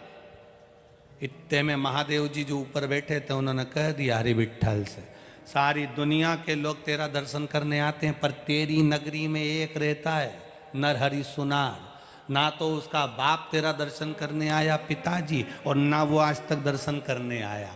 अब बताओ हरि विठ्ठल, ये कोई अच्छी बात है कि घर में ही कोई रहे और तुम्हारा दर्शन ना कर पाई? अच्छी बात। हरि विठ्ठल ने कहा, आप चिंता मत करो, वो भी थोड़े दिन में अगली एकादशी पर मेरे मंदिर में मिलेगा, ये पक्का है। अगली एकादशी पर? हाँ पक्का। शंकर भगवान ने कहा वो केवल एक की आराधना करता है, किसी मंदिर में आज तक नहीं गया। भगवान विठ्ठल बोले अब तुम देखो वो मेरे मंदिर में मिलेगा, अभी तुम देखो तो सही। अब हरि विठ्ठल और महादेव दोनों की बात हो गई। अब इतने में एक साहूकार पहुंच गया सुनार के यहाँ। सुनार के यहाँ जाकर कहा, नरहरि, ए नरहरि। नरहरि सुनार ने पूछा, भैया तुम कौन हो? मैं पास के गांव का साहूकार हूं, मेरे घर में बेटे ने जन्म लिया है। मेरे घर में बेटे ने जन्म लिया है? अच्छा, बहुत अच्छी बात है, बेटा जन्मा, आपको बधाई बहुत बहुत। अरे नरहरि बेटे ने जन्म लिया है, मैंने हरि विठ्ठल से प्रार्थना करी थी जिस दिन मेरे घर में बेटा हो जाएगा उनके कमर में कमर का पट्टा बनवाऊंगा सोने का रतन जड़ित और मैं हरि विठ्ठल को पहनाऊंगा। मेरा मन है वो सोने का पट्टा तुम बना दो। नरहरि दास ने हाथ जोड़कर कहा तुम किसी दूसरे सुनार के यहाँ चले जाओ, मैं नहीं बनाऊंगा हरि विठ्ठल का पट्टा, मैं नहीं बनाऊंगा, तुम किसी दूसरे के यहाँ चले जाओ। मैं तो केवल एक कोई भजता हूं। किसको? जम के तो बोलो जरा, महादेव को। मैं नहीं बनाऊंगा। अरे कमर का पट्टा नहीं बनाओगे? हाँ, तुम्हारा तो काम है सोने का पट्टा बनाना, उसमें क्या दिक्कत है? नहीं, कमर का पट्टा बनाना पड़ेगा तो नाप लेने जाना पड़ेगा, और नाप लेने जाना पड़ेगा तो मंदिर में जाना पड़ेगा, और मैं किसी के मंदिर में जाता ही नहीं शंकर जी के सिवाय, इसलिए मैं जाऊंगा ही नहीं। इतने में साहूकार ने कहा अगर मान लो नाप हम ला कर दे दें भगवान की कमर का तो बना दोगे ना? नरहरि सुनार ने कहा उसमें क्या दिक्कत है, तुम नाप ला कर दो, मैं बना दूंगा। साहूकार जी पहुंचे, पंडित जी से कहा महाराज जी भगवान की कमर का नाप दे दो। कमर का नाप ला के सुनार को दिया। सुनार ने भगवान का सुंदर पट्टा तैयार करा कमर का। ऐसा सुंदर पट्टा, ऐसा सुंदर पट्टा, ऐसा सुंदर पट्टा। आज साहूकार ने पीतांबरी कपड़े पहनकर बैंड बाजे ढोल बुलाकर सिर पर चांदी की थाली में सोने का पट्टा रखकर भगवान हरि विठ्ठल के मंदिर में एकादशी के दिन प्रवेश किया। प्रवेश कर कर ब्राह्मण देवता से कहा, विद्वत जन से कहा ये सोने का पट्टा हरि विठ्ठल को पिना दो। जो सोने का पट्टा हरि विठ्ठल को पिनाया तो वो 4 उंगल बड़ा निकल गया। जैसे ही बड़ा तो पिनाते से नीचे लटक गया। जैसे ही लटका साहूकार को गुस्सा आया कि बताओ सुनार ने ये पट्टा बनाया और ऐसा बनाया कि 4 उंगल बड़ा है। पंडित जी पट्टा कितना बड़ा है? 4 उंगल बड़ा है। अभी दो अब्बी के भी सही करवाता हूं। आज ही पिनाना है हरि विठ्ठल को पट्टा, एकादशी को ही पिनाना है। पट्टा दिया साहूकार ने, अपने घर के पहचान वालों को दिया, इस पट्टे को कटवा के आओ, 4 उंगल कटवा के आ जाओ। इन 4 उंगल का पट्टा कटवाया। जैसे ही जाकर साहूकार ने अपने आदमियों को भेजा और सुनार से कहा ये पट्टा तो तुमने बड़ा बना दिया, मुझे लगता है तुम सोना ज़्यादा देकर पैसा ज़्यादा लेने वाले थे ना, इसलिए तुमने पट्टे का वजन बढ़ा दिया, 4 उंगल ज़्यादा बढ़ा दिया। इतने में सुनार ने कहा मुझे तुम्हारे धन दौलत से मतलब नहीं है, मेरे पास बहुत काम रहता है, मैं क्यों बढ़ाऊंगा तुम्हारा सोना। ले जाओ। पट्टे को 4 उंगल काटा, पट्टा फिर तैयार करा, पट्टा तैयार कर कर फिर दिया। फिर साहूकार ने पंडित जी को दिया। पंडित जी ने जो पट्टा कमर में भगवान के बांधा तो 4 उंगल छोटा हो गया। अब 4 उंगल छोटा हो गया। फिर साहूकार ने अपने व्यक्ति को भेजा, जाओ सुनार के पास में, नरहरि सुनार के पास में। जैसे ही लोग गए जाकर कहा 4 उंगल छोटा हो गया पट्टा, कैसा कैसा काट दिया तुमने? कि मैंने तो सही काटा, तुमने कहा था 4 उंगल बड़ा है, काट दो, 4 उंगल छोटा कर दिया। वापिस पट्टे को बढ़ाओ, 4 उंगल फिर बढ़ा दिया, बढ़ा के फिर भेजा। भेजते से पट्टे को फिर पहनाया, फिर लटक गया, 4 उंगल बड़ा हो गया। अरे साहूकार बोले काका सुनार करा, 4 उंगल बड़ा कर देता, 4 उंगल छोटा कर देता। एक काम करो, पंडित जी ने कहा सुनार कोई मंदिर में ले आओ, नाप वो लेगा यहीं पर और यहीं सही कर देगा। सुनार से कहा नरहरि से चलो पांडुरंगा के मंदिर में, हरि विठ्ठल के मंदिर में कमर का नाप तुम लो और वहीं पर चलकर सही करो। इतने में नरहरि ने कह दिया मैं एक के मंदिर के सिवाय कहीं नहीं जाता, मैं कहीं जाऊंगा ही नहीं। तो एक काम तो कर सकते हो ना, तुम भगवान का दर्शन मत करना, आंखों पे पट्टी बांध देते तुम्हारी, नाप तो हाथ से लेना। नरहरि सुनार ने कहा ये हो सकता है, तो मेरी आंख पे पट्टी बांध दो और मैं चलकर नाप ले लूं। अब नरहरि की आंख पे पट्टी बांधी कि दर्शन करूंगा ही नहीं भगवान का, और पट्टी बांधकर नरहरि सुनार को मंदिर के अंदर ले गए। और मंदिर के अंदर जाते से नरहरि सुनार ने कहा बताओ हरि विठ्ठल की कमर कहाँ पर है? जो नरहरि सुनार कमर को हाथ लगाने लगे, हाथ लगाते लगाते नरहरि सुनार को लगा ये तो मेरे महादेव मृगछाला पहनकर खड़े हुए हैं, ऐसा लग रहा है कि मेरा बाबा खड़ा हुआ है। पट्टी बंदी थी, विश्वास नहीं हो रहा था कि ये कौन है। तब माना नहीं दिल, तो नरहरि सुनार ने भगवान के शरीर को हाथ लगाना चालू करा। हाथ लगाया तो मालूम पड़ा कि एक हाथ में कमंडल है, दूसरे हाथ में त्रिशूल है। फिर हाथ लगाया चेहरे पर, गले के पास जो हाथ पहुंचा तो ऐसा लगा कि गले में सांप पड़ा हुआ है। नरहरि सुनार को लगा, आवाज लगाकर बोला, तुम तो विट्ठल का दर्शन करा रहे थे, विट्ठल के कमर का पट्टा बनवा रहे थे, ये तो मेरे बाबा महादेव हैं। साहूकार बोला, पागल हो गए हो नरहरि सुनार, विट्ठल हैं। नरहरि सुनार बोले, बाबा भोलेनाथ हैं, विट्ठल हैं, बाबा भोलेनाथ हैं। इतने में नरहरि सुनार ने सिर पे बंधी हुई आंख की पट्टी को जो खोला, सामने विट्ठल ही खड़े थे। नरहरि सुनार ने वापिस बांध लिया, वापिस पट्टी को बांधा, ये तो विट्ठल है। नरहरि सुनार बोले, मेरे साथ धोखा हो रहा है। फिर नरहरि सुनार ने वापिस हाथ लगाया, जो हाथ लगाया, फिर शंकर भगवान का दर्शन हुआ, शंकर भगवान का स्पर्श हुआ। फिर पट्टा खोला, सामने विट्ठल थे। नेत्र बंद कर लेते थे तो शिव दिखता था, नेत्र खोल लेते थे तो विट्ठल दिखता था। नरहरि सुनार ने विट्ठल के चरण पकड़ लिए, बस चरण पकड़े और पकड़ कर कहा, आप अपना दर्शन एक बार दिल से दे दो।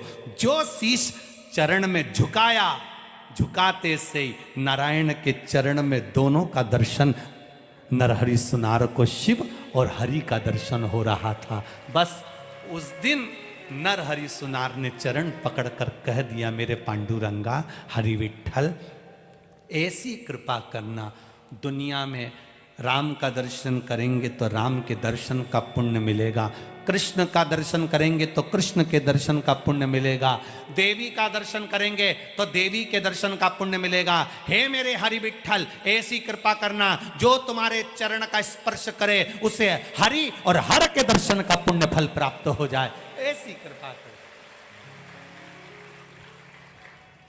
तो पहला चरण को पकड़कर उसका दर्शन का सुख किसने पाया था? जम के बोलो जरा, जम के। नरहरि सुनार। वो सहज नहीं, सरल नहीं, वो मेरा शिव, मेरा नारायण कोई सहज नहीं है। इसीलिए वो दोनों का दर्शन, दोनों का सुख, दोनों का आनंद है। इसीलिए कह देते ना, माझा विठ्ठल पांडुरंग, विठ्ठल विठ्ठल विठ्ठला, माझा विठ्ठल पांडुरंग, माझा विठ्ठल पांडुरंग। सहज नहीं है मेरा विठ्ठल पांडुरंग, दोनों समाया है।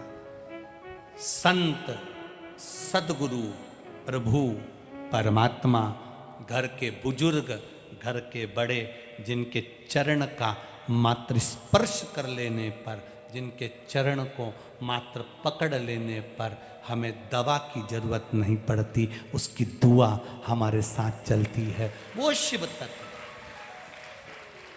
वो शंकर है, वो ओघड़ी है, वो दयालु, वो दातार, वो कृपा सागर है। आप ईश्वर को कभी नहीं देख पाओ,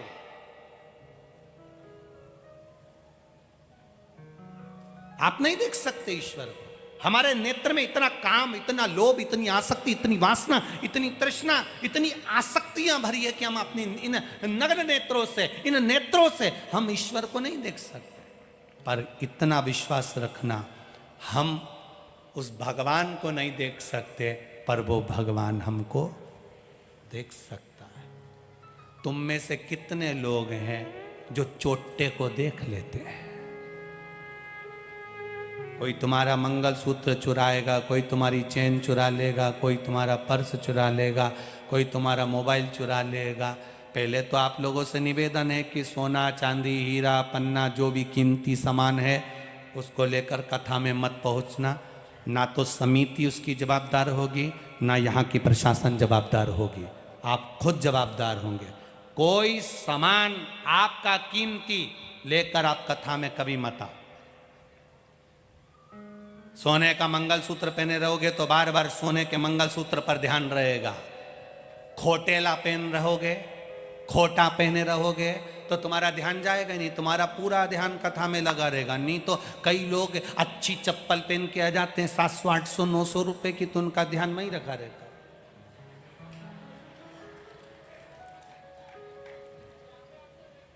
और जैसे इनकी चप्पल चली जाती है तो फिर दूसरे की चप्पल पे ध्यान चला जाता। अपनी तो गई, अब किसकी ले जाना वहां। अब जब तुम कुछ लेकर आए नहीं हो तो जाए तो आग लगे बस्ती में अपन रहो। अब तुम में से कितने लोग हैं जैसे यहां कथा कर रहे हैं ना, आप ईश्वर को नहीं देख सकते पर ईश्वर आपको देख सकता है। आप भगवान को नहीं देख सकते पर भगवान, जम के बोलो, आपको देख सकता है। आप चोर को नहीं देख सकते पर चोटा तुम्हारे गले में पड़ी हुई। चोर भी इतने समझदार है, हमको तो लगता ना जाने कहां से सीख के आए हैं। नकली छूते ही नहीं है, ओरिजिनल को तुरंत पहचान जाते हैं। वो पेनी पीली साड़ी वाली, ध्यान गया और चोटा तुरंत उसी के पास जाके पल्लू डाल के तुरंत बैठा। और बैठते से थोड़ी देर कथा में ऐसा मस्त हुआ, धीरे से पल्लू उड़ा और तुम्हारे ऊपर गया और मालूम पड़े चैन गायब। इसीलिए चैन चली जाएगी तो तुम बेचैन हो जाओगे। चैन मैन कुछ लेकर मत आना, कोई जरूरत नहीं। ज्यादा धन दौलत लेकर आने की भी जरूरत नहीं। तुम तो केवल अपना मन लेकर कथा में आना, बाकी का सब घर छोड़िए। केवल मन लेकर आओ, दिल से आओ। भगवान की कथा सुनना है, 3 घंटे कथा का स्मरण करना है। और कोई कोई माताएं कह देती है गुरुजी ऑटो में जाने का पैसा तो लाना पड़ेगा। तो तुमसे निवेदन है, अगर ऑटो में आने का पैसा भी नहीं हो तो वहीं पे खड़े रहना और उस डमरू वाले को याद करना कि तेरी कथा में जाना है, कोई को भेज रहा है क्या। इतनी देर में तो कहीं का हारन बजाता मिल जाएगा, काकी चल रही क्या, बस अपन बैठो और जा। विश्वास कर कर, भरोसा कर कर। तुम ईश्वर को नहीं देख सकते पर ईश्वर तुमको देख सकता है। तुम भगवान को नहीं देख सकते पर भगवान तुमको देख सकता है। तुम चोर को नहीं देख सकते पर चोर तुमको देख सकता है। उसी तरह अपना कर्म ऐसे करते हुए चलो कि हमें ऐसा लगता है कि हमें कोई नहीं देख रहा पर वो हमको देखता रहता है। हमारे भजन को, हमारे कीर्तन को, हमारे स्मरण को वो देखता रहता है, देख रहा है। हमारी दृष्टि नहीं जा सकती। आप लोग इतने दूर दूर 1 2 3 4 इतने सारे पंडालों में बैठे हो, बाहर धूप में खड़े हो, कोई कहीं बैठा है, कोई कहीं बैठा है, हमारी दृष्टि नहीं जाएगी। हमारी निगाह, और ये आस्था वालों के कैमरे की भी कैच नहीं कर पाएंगे। इतना दम नहीं है कैमरों में भी कि तुम्हें इतनी दूर दूर वो कैच कर सके। तुम्हें ये भले कैच नहीं करें पर वो नोबाल नहीं होने देगा। वो तो कैच कर लेगा, वो तुमको गिरने नहीं देगा, ये निश्चित। बस भजन में चित्त रमाइए, स्मरण में चित्त रमाइए।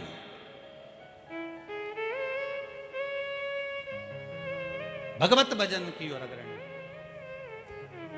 और जब हमारा विश्वास जागृत होता है, देवराज नाम का ब्राह्मण जिसने कभी भगवान शिव की आराधना नहीं करी, जिसने कभी भगवत भजन नहीं करा, केवल उसकी माता शिव मंदिर जाती थी और माता के 1 लोटा जल चढ़ाने का पुण्य उसको जो मिला वो साधारण नहीं था। घर का एक व्यक्ति भी अगर 1 लोटा जल चढ़ा रहा है तो वो खाली नहीं जाएगा, खाली नहीं जाएगा। फिर वही बात जो छत्तीसगढ़ में कही, आज फिर कह रहा है।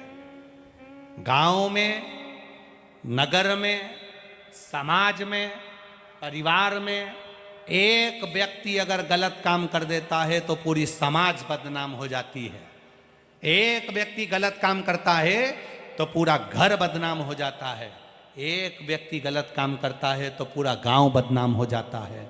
उसी तरह एक व्यक्ति अगर भजन करने वाला पैदा हो जाए तो पूरा समाज, घर, गांव सब कृतार्थ हो जाए, सब कृतार्थ। 3, जिस गांव में रहते हैं उस गांव को कोई बर्बाद नहीं कर सकता। 3, पहला, पतिव्रता धर्म को पालन करने वाली नारी।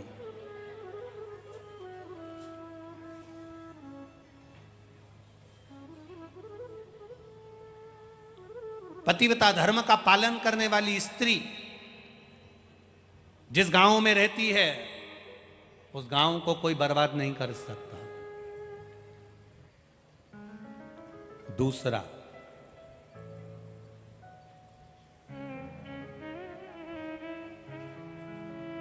गांव में अगर कोई भगवान का भजन करने वाला,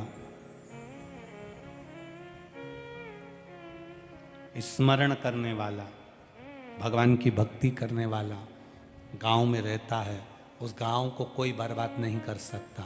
और तीसरा, कोई सत्पुरुष जो दूसरे के दुख को देखकर दुखी हो जाए, दूसरे के सुख को देखकर सुखी हो जाए, दूसरे के दुख सुख में शामिल खड़ा मिलता है, ऐसा सत्पुरुष जिस गांव में रहता है उस गांव को कोई बर्बाद नहीं कर सकता। ये 3 हमारे गांव की रक्षा कर ले, गांव की रक्षा कर। जिस गांव में से गाय माता को एक रोटी भी नहीं मिले, गाय, जिस गांव की गाय भूखी रहे, दरवाजे दरवाजे पर फिरने वाली गाय अगर एक रोटी भी प्राप्त नहीं करती, उस गांव की दशा बिगड़ने में देरी नहीं लगती। जिस गांव के दरवाजे पर गाय भूखी ना रहे, जिस गांव के दरवाजे पर किसी भी द्वार पे से एक रोटी भी अगर गौ माता को मिल रही है, वो गांव बर्बाद नहीं हो सकता। उस गांव में कभी बड़ी बीमारी प्रवेश नहीं कर सकती, वो गांव बचा रहता है। कोरोना जैसी महामारी आई, कोरोना जैसी बीमारी आई, बड़े बड़े शहर, बड़े बड़े नगर, बड़े बड़े गांव, बड़े बड़े खेड़े, ना जाने कितने कितने लोग मर गए। पर कोई कोई गांव आपने भी देखा होगा, कुछ गांव तो आपके पास में भी होंगे, कुछ गांव आपसे लगे हुए होंगे, कुछ गांव जिस गांव में तुम रहते हो उसके पास में होंगे, कुछ गांव ऐसे हैं जिस गांव में कोरोना महामारी भी टच कर कर चली गई पर किसी की जान हानि नहीं हुई। अर्थात वहां कोई पतिव्रता धर्म का पालन करने वाली नारी रहती है, वहां कोई सत्पुरुष रहता है, वहां कोई भजन करने वाला सन्यासी, तपस्वी, साधक, उपासक, कोई संत, कोई साधु, कोई गुरुजन वहां निवास करता है। जिसके चरण पड़ते हैं वो रज उड़ती है और उड़ी हुई रज ना जाने कितनों का कल्याण कर देती है। वो साधारण सी भूमि हो ही नहीं सकती। देवराज नाम का ब्राह्मण जो चोरी कर रहा है, धन ला रहा है, देवराज ब्राह्मण चोरी कर कर धन ला रहा है, चोरी कर कर धन ला रहा है। आपको कथा में कहा था, चोरी व्यक्ति कब करता है, उसके पेट भरने जितना तो मेरा परमात्मा सबको देता है। यहां जितने आप लोग बैठे हो ना, सबके पेट भरने की जवाबदारी, जो कथा में आए नहीं आए, जो सुने नहीं सुने, सबके पेट भरने की जवाबदारी उस परमात्मा के पास में है। व्यक्ति चोरी कब करता है? पेट भरने के लिए व्यक्ति चोरी नहीं करता, पेटी भरने के लिए व्यक्ति चोरी करता है। पेट भरने तक की जवाबदारी उस परमात्मा की है। मैं पेट भर दूंगा, तेरा पेट भर दूंगा, तुझे भूखा नहीं सोने दूंगा, तेरा पेट भरने की जवाबदारी मेरी है, तो चिंता मत करना।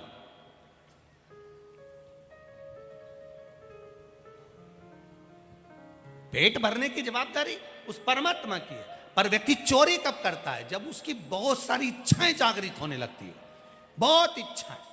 अभी मेरे पास में छोटा सा मोबाइल है, 2000 का, 500 का, 1500 का, अब इच्छा जागृत हो गई, कम से कम 50,000 का मोबाइल लेना है।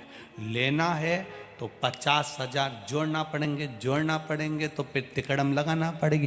तिकड़म लगाना पड़ेगी तो मतलब किसी ना किसी के यहाँ से वो 50,000 या तो जो दुकान पे ग्राहक आएंगे, जो चीज़ तुम 10 रुपये की 15 में दे रहे थे, उस 50,000 के मोबाइल को लेने के लिए तुमने वो 10 रुपये की चीज़ 15 की जगह 20 की कर दी।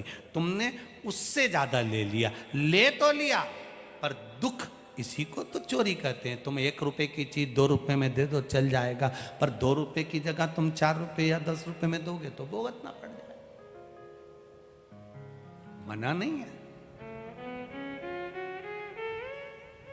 एक पानी की बोतल कितने की आती है? जम के बोलो जरा। 20 रुपए की, 10 रुपए की, 15 रुपए की। बाजार में पानी की बोतल मिल रही है 15 रुपए की, 20 रुपए की। वो पानी की बोतल अगर कोई तुम्हें 30 रुपए, 40 रुपए की, बहुत तेज गर्मी पड़ रही है साहब, मेला भरा है, शिव महापुराण सुनने के लिए लाखों लोग आए हैं, पंडाल फुल पड़े हैं, सवेरे 8 बजे से लेकर 11 बजे तक कथा हो रही है, टीवी पर 1 बजे से 4 बजे तक आ रही है, अपार भीड़, अपार भीड़, अपार भीड़, लोग आ रहे, दर्शन कर रहे, भीड़ बढ़ती चली गई। पानी चाहिए, पानी चाहिए, पानी चाहिए, तो जो 10 रुपए की बाटल थी 20 रुपए हुई, 20 रुपए की बाटल 40 रुपए हो गई। तुमने शिव भक्तों से थोड़ा ज्यादा तो ले लिया, एक थोड़ा ले लो चल जाए, पर ज्यादा से ज्यादा ले लोगे, बाद में हिसाब तो उसको देना पड़ेगा। जब तुमने अपने बेटे से कहा कि ये 100 रुपये ले जा, सरफ की थैली लिया, साबुन लिया, और एक काम करना, बिस्कुट का पुड़ा लिया, छोरा गया, 10 रुपए की सरफ की थैली लाया, 10 रुपए का साबुन लाया, 10 रुपए का बिस्कुट का पुड़ा लाया, 100 रुपए में से 30 रुपए चले गए। कितने बचे? जम के बोलो। 70 बचे। तुम्हारा बेटा 100 रुपए लेकर गया था, आया, तुमने उससे पूछा कि नहीं पूछा कितना का सामान लाया? मम्मी आई, 10 रुपए का तो सरफ लाया, आई, 10 रुपए का मैं बिस्कुट लाया, आई, 10 रुपए का मैं साबुन लाया, तो 70 रुपए का है, ला दे। बेटे ने हिसाब दिया कि नहीं दिया? बोलो बोलो, जम के बोलो। दिया ना। जब तुम अपने बेटे से 100 रुपए का हिसाब ले सकते हो, तो वो भी तो 100 साल का हिसाब लेगा कि नीचे जाके करा क्या था तूने।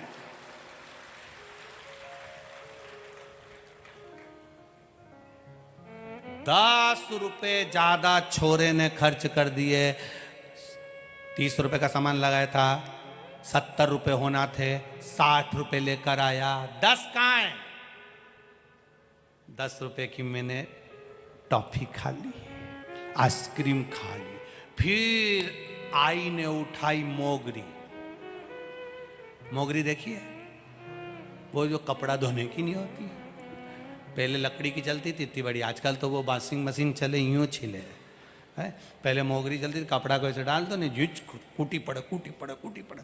फिर आई ने उठाई मोगरी और जो धोया। तूने 10 रुपए व्यर्थ गवा दिए, 10 रुपए बेकार जगह लगा दिए, टॉफी खा गया, आइसक्रीम खा गया, जो धोना चालू करा, बस वो भी, उसके पास में भी एक मोगरी है धोने के लिए। सब मशीन है उसके पास, वॉशिंग मशीन भी है, नरक में पटक देता है, घूमते रहो, वॉशिंग मशीन नरक में घूमते रहो। और एक मोगरी उसके पास में भी, ये गदा लेके चलता है, वो चिल्ला चिल्ला के कहता है हम यम हैं। और उसकी धर्म पत्नी भी साधारण नहीं है, यमराज की धर्म पत्नी धुमोरना। क्या नाम है यमराज की पत्नी का नाम क्या है? धुमोरना। वो भी कम नहीं है, वो धुमोरना भी धोना काम करती है, बस एक ही काम उसका धोना। लोग कहते हैं उसका नाम धुमोरना, धुमोरना नहीं, धोना। वो पचिट पचिट के मारे। इसीलिए कहते हैं महाराज, मत बुरे कर्म कर वरना पछताएगा, भगवान की आंखों से तू बच नहीं पाएगा, तू बच नहीं पाएगा। अरे ओ अज्ञानी मत करना, तेरे कर्म का फल भी तू ही पाएगा, जैसा किया तूने तेरे आगे आएगा। मत बुरे कर्म कर बंदे वरना पछताएगा। भगवान की आंखों से तू बच नहीं पाएगा, तू बच नहीं पाएगा। अरे ओ अज्ञानी मत करना। अपने कर्म का भोग हमें अपनों को भोग, स्वयं को भोग, कोई दूसरा नहीं भोगेगा। शिव तत्व की प्राप्ति। शिव महापुराण की कथा कर रही है, भगवान शंकर का संवाद कर रहा है। देवराज नामक का ब्राह्मण जिसने कभी शंकर के मंदिर नहीं गया, कभी देवालय नहीं गया, कभी भगवान की शरणागति में नहीं गया, और शिव की शरणागति में ना जाकर वो देवराज चोरी करना प्रारंभ कर दिया, धन चुराया, चोरी कर कर धन को लेकर पहुंच गया शिव मंदिर में। शरीर में ताप हो रहा था, मंदिर में जाकर मौन होकर बैठ गया। शरीर में ताप पड़ रहा है, बुखार आ रहा है, शरीर कष्ट भोग रहा, कष्ट भोग रहा। और जब शरीर में ताप पड़ा, शिव महापुराण की कथा चल रही थी शिव मंदिर के अंदर। ब्राह्मण देवता कथा करते करते कह रहे थे हर हर। जैसे ही कहा हर हर महादेव, देवराज को गुस्सा आ गया, क्योंकि मेरे शरीर में ताप पड़ रहा है, बुखार आ रहा है, और ये पंडित जी तो चिल्ला रहा है, बहुत तेज तेज चिल्ला रहा है। जब शरीर में कष्ट है तो फिर चिल्लाना क्यों? चिल्लाए।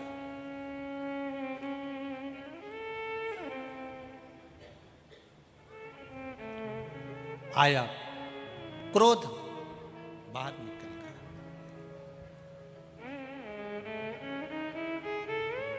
विद्वान की विद्वत्ता की सबसे बड़ी निशानी है, विद्वान की विद्वत्ता की सबसे बड़ी निशानी है क्रोध का परित्याग। आप बहुत विद्वान हो गए, बहुत विद्वत्ता आप में आ गई, बहुत बड़े विद्वान आप बन गए, और मालूम पड़े क्रोध थोड़ा सा रह गया तो वो व्यर्थ है महाराज, बेकार, फिर उसकी कोई महत्वता नहीं, उसकी कोई मूलता नहीं है। एक मेरा माताओं से निवेदन है, और एक यहाँ पर जो भाई आए हैं उनसे भी निवेदन है, सारी जीजियों से और जितने जीजा लोग आए हैं उनसे भी निवेदन है। जब कथा में घर से निकला करो तब श्री शिवाय नमस्तुभ्यम कहकर निकला करो। जब भूमि पर कथा सुनकर यहाँ से जाओ, या कथा के बीच में जब भजन आता है, भजन के बाद श्री शिवाय नमस्तुभ्यम कहने का मौका मिलता है, तो दिल से अपने मन की बात उस महादेव से कहा करो। जितनी देर आप उससे अपने मन की बात कहोगे, वो आपके मन की बात को सुनेगा, श्रवण करता है। प्रार्थना में वो बल होता है जिस बल से महादेव हमारे दिल की बात सुनता है। एक पत्र आया है, देखिए।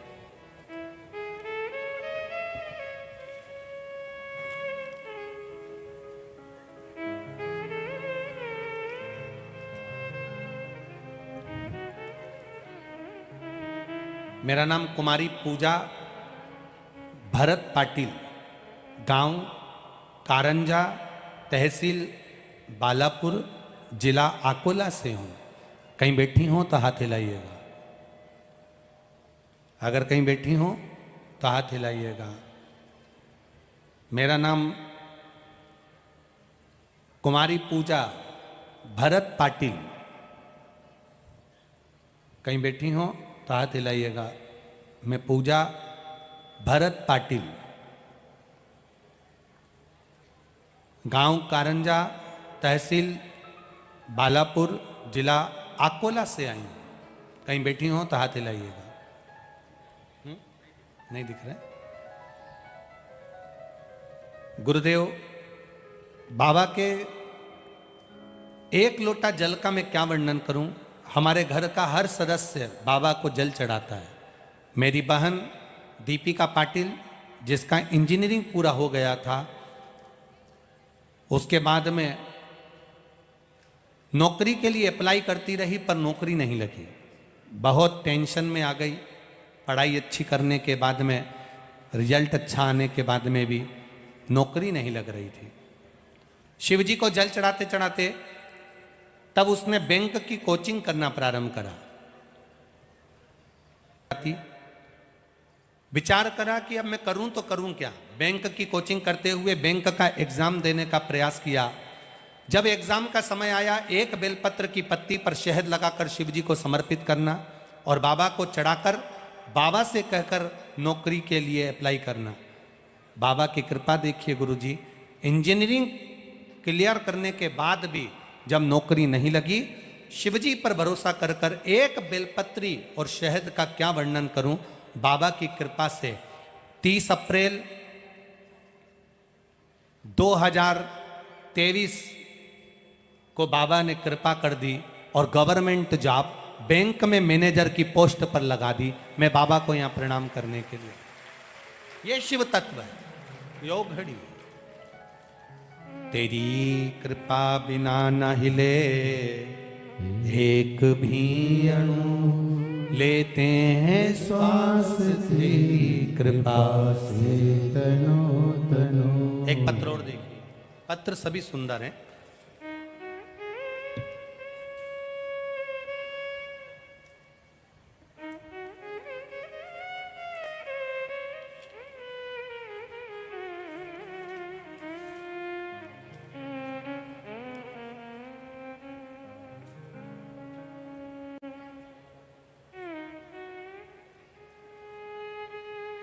मेरा नाम अरुणा कुलकर्णी है। मैं शिवली गांव, जिला जालना, मराठवाड़ा की रहने वाली हूँ। कहीं बैठी हो तो हाथ हिलाइएगा, अगर कहीं बैठी हो तो हाथ हिलाइएगा। दिख गए क्या? हाँ जी, हाथ हिला दो एक बार। ठीक ठीक ठीक, दिख गए। श्री शिवाय नमस्तुभ्यम। मेरा सादर प्रणाम। मेरा नाम अरुणा कुलकर्णी है। मैं शिवली गांव, जिला जालना, मराठवाड़ा की रहने वाली हूँ। मैंने बाबा की कथा को सुनना प्रारंभ करा। रोज मंदिर जाती हूँ, बाबा को जल चढ़ाती हूँ। पुराना मंदिर है, उसका स्मरण करते हैं। गुरुदेव मंदिर में नंदीश्वर की भी आराधना करते हैं। बाबा का क्या वर्णन करूँ गुरुदेव। मेरी एक किडनी ने काम करना बंद कर दिया था और वो किडनी जब काम करना बंद कर दी तब मैंने मंदिर में झाड़ू पोछा लगाना प्रारंभ कर दिया। आप कहते हो कि मंदिर में अगर झाड़ू भी लगा रहे हो, मंदिर में पोछा भी लगा रहे हो तो बाबा संभाल लेगा, बाबा आपको उबार देगा। मेरी एक किडनी ने काम करना बंद कर दिया, लगातार तकलीफें चालू हो गई। बाबा का मैं क्या वर्णन करूं गुरुदेव। जब से बाबा के चरणों की सेवा में लगी हूं, किडनी भले काम करना बंद कर दी और बाबा की सेवा में मैं लग गई। दवाइयाँ लेती रही, शिव की सेवा करती रही। बाबा की कृपा से जल चढ़ाती, आचमन करती, बेलपत्र लाती, खा लेती और दुनिया की सेवा बंद कर कर बाबा की नौकरी करना प्रारंभ करा। गुरुदेव मैं बाबा का क्या वर्णन करूं। जो मेरी किडनी खराब हो गई थी, काम करना बंद कर दी थी, बाबा की कृपा से उसने काम करना चालू कर दिया। मेरी रिपोर्ट भी मैंने लगाई है, डॉक्टर की रिपोर्टें मैं लगा कर भेज रही हूँ, जिसमें सारी जांचें भी हैं और किडनी ने काम करना प्रारंभ कर दिया।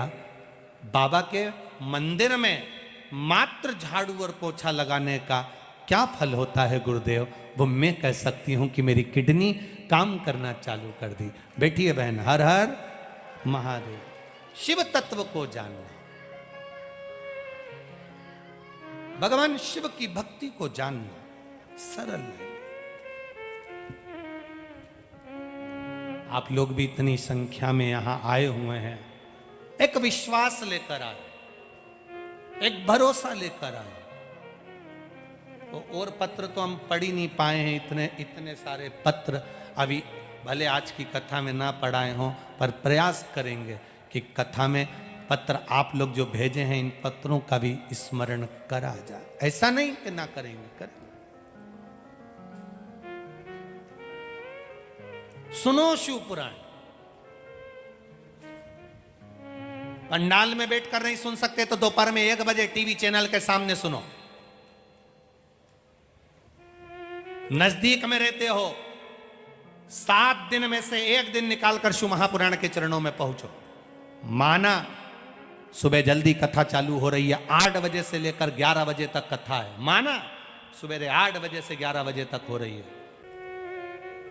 कई लोग तो कहते हैं गुरुजी आपकी कथा का ही ठिकाना नहीं रहता, कभी 2 बजे कर देते हो, कभी 1 बजे कर देते हो, कभी 4 बजे कर देते हो, कभी 8 बजे कर देते हो। हम उनसे इतना सा कहना चाहते हैं, कथा का भले ठिकाना नहीं होता तो मौत का कौन सा ठिकाना होता है। भगवान बोल के भेजेगा कि 9 बजे के बाद मरना, अभी मत मरना। भगवान कह के भेजेगा कि इसको 12 बजे के बाद उठाना। जब मौत का समय नहीं है तो शिव भक्ति का भी कोई समय नहीं है। जब मौका मिले तब कथा का स्मरण करो, सारी समस्या का हल। जब तुम्हारा मन कर जाए, जब तुम्हारा चित्त लग जाए, जब तुम्हारा दिल लग जाए, तब शिव के द्वार जाओ, तब भगवान की चौखट पर जाओ। अड़भंगा बैठा है, अलमस्त।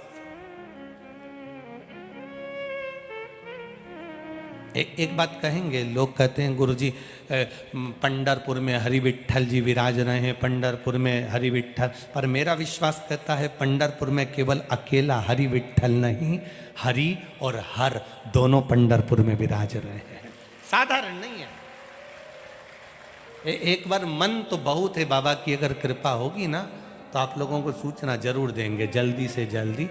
एक तो क्या है, पंढरपुर डायरेक्ट हमारे इधर से ट्रेन नहीं चलती, नहीं तो एक कथा तो पंढरपुर में हम कब का कर देते बाबा की कृपा से। और प्रयास करेंगे, हम भी प्रयास विट्ठल सेवा समिति से कहेंगे कि समिति प्रयास करे, जैसे उज्जैन में एक करा, ऐसे ही एक हरि विट्ठल चंद्रभागा के तट पर जब पानी कम हो और लंबा चौड़ा टेंट लगा हो और सब, चाहे वारकरी संप्रदाय के हों, चाहे राम संप्रदाय के, चाहे कृष्ण संप्रदाय के, शिव संप्रदाय के, सब मिलकर हरि विट्ठल पांडुरंगा करते करते श्री शिवाय नमस्तुभ्यम का स्मरण हो। प्रयास करेंगे।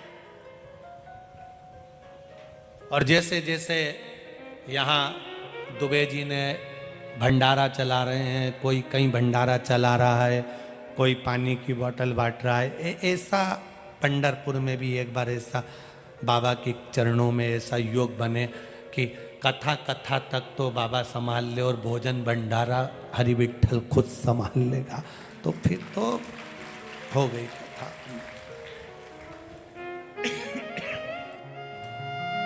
प्रयास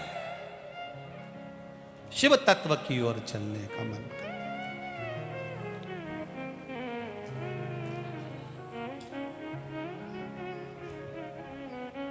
महाराज शिव कथा कर रही है, भगवान शंकर का संवाद कर रहा है।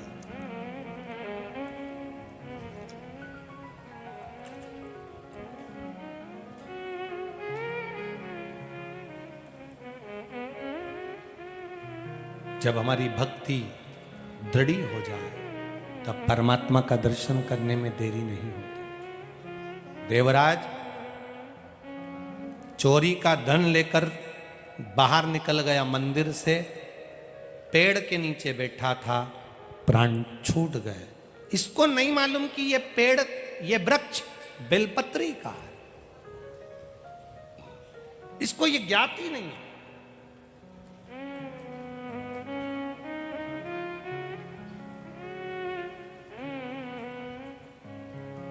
इसको ज्ञान नहीं है इस चीज का।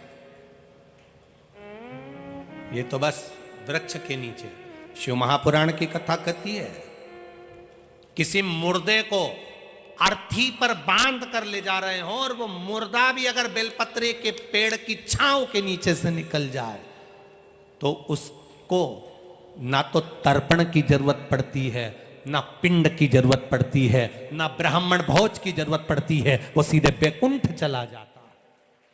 बेलपत्री के वृक्ष की मात्र छांव व्यक्ति का कल्याण कर देती।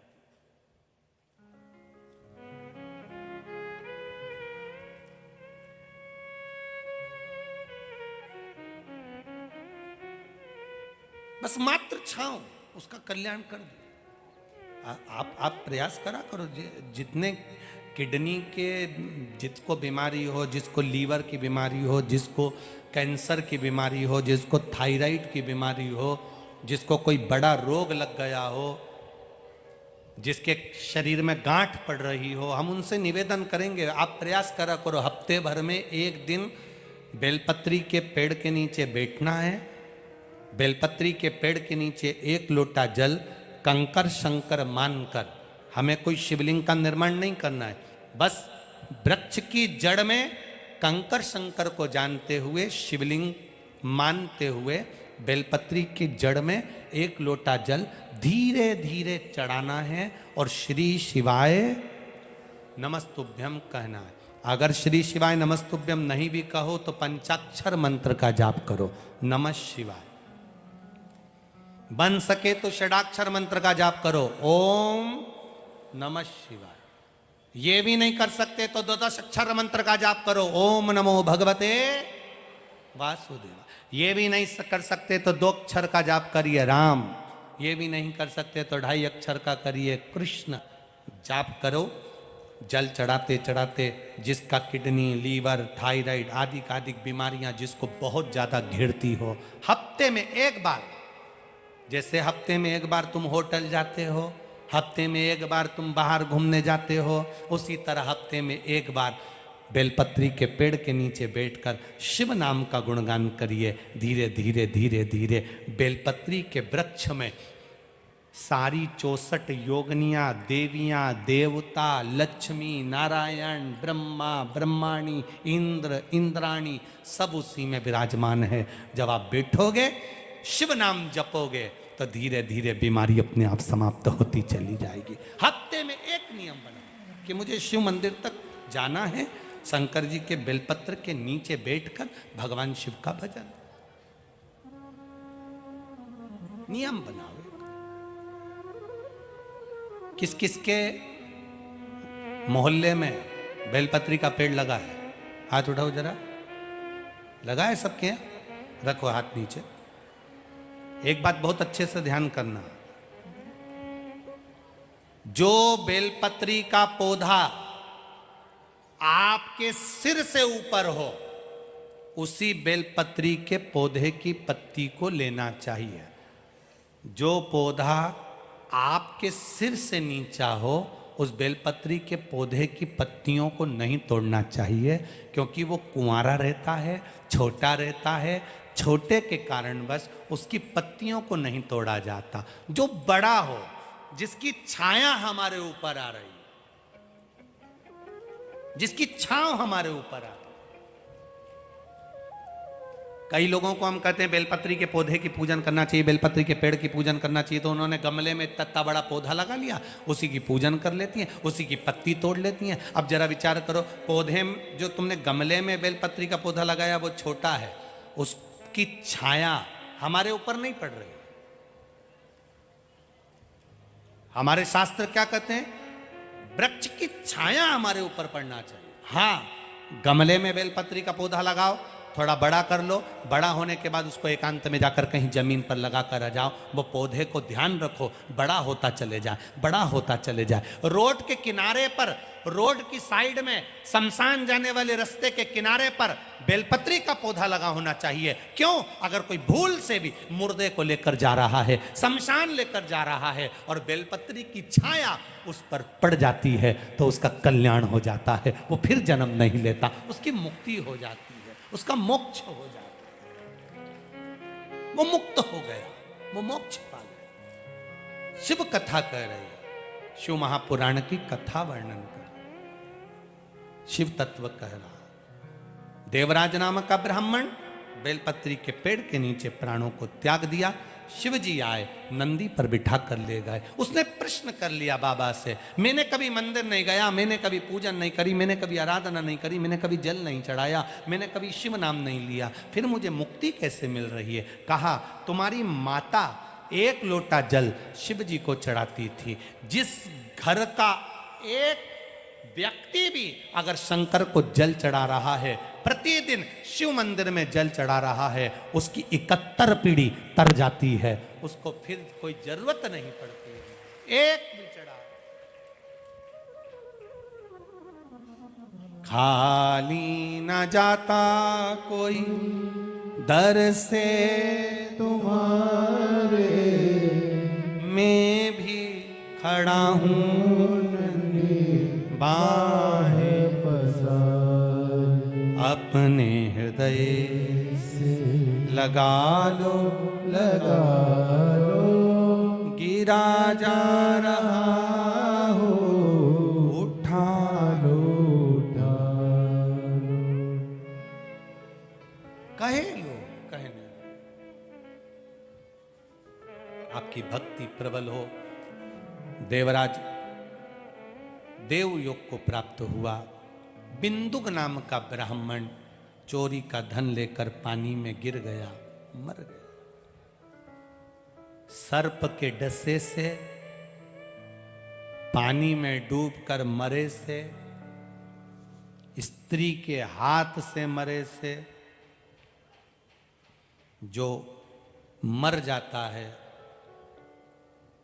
उसको कभी वैकुंठ धाम नहीं मिलता, प्रेत की योनि पाकर वो भटकता रहता है। ये कई लड़के होन, कई नवयुवक छोरे होन, बेटा होन, ऐसे हैं। मेरे को उसने धोखा दे दिया, वो लड़की के चक्कर में उसके स्मरण में प्राणों को त्याग दिया। अब उसको इतना भान नहीं हुआ कि तू मर तो गया, ना तो तू वैकुंठ गया, ना तू नरक गया, प्रेत योनि में पड़ा और भटक रहा है। प्रेत योनि में पड़ा भटक रहा है। पानी में डूबकर कोई मर गया, स्त्री के हाथ से कोई मर गया, पानी में डूबकर कोई मर गया, नारी के चक्कर में मर गया, सर्प के डसे से मर गया, उसकी मुक्ति नहीं है साहब, मोक्ष नहीं है उसका, उसकी गति नहीं सवरती, मुक्तता नहीं है उसकी। अब बिंदुक तो पानी में डूबकर मरा था। परीक्षित, राजा परीक्षित की कथा कहती है, सर्प के डसे से मरा पर भक्ति का बल प्रबल था। पानी में डूबकर बिंदुक मरा, प्रेत योनि में पड़ गया। चंचुला देवी ने हाथ जोड़ निवेदन करा, मेरे पति को मुक्ति कैसे मिलेगी, प्रेत योनि में पड़ा है। परीक्षित की कथा कहती है, सर्प के डसे से मरा पर भक्ति का बल प्रबल था। पानी में डूबकर बिंदुक मरा, प्रेत योनि में पड़ गया। चंचुला देवी ने हाथ जोड़ निवेदन करा, मेरे पति को मुक्ति कैसे मिलेगी, प्रेत योनि में पड़ा है। काशी गई, शिव की आराधना करते करते अपने प्राणों को त्याग दिया। पार्वती जी की सहेली बन गई, मौन रही। पूछ लिया माता ने, तुम क्यों मौन हो? कहा, पति प्रेत योनि में पड़ा है। घर का एक भी व्यक्ति अगर दुखी होता है तो घर में रहने वाला व्यक्ति भी दुखी होता है। उसकी मुक्ति का कोई यत्न किया जाए।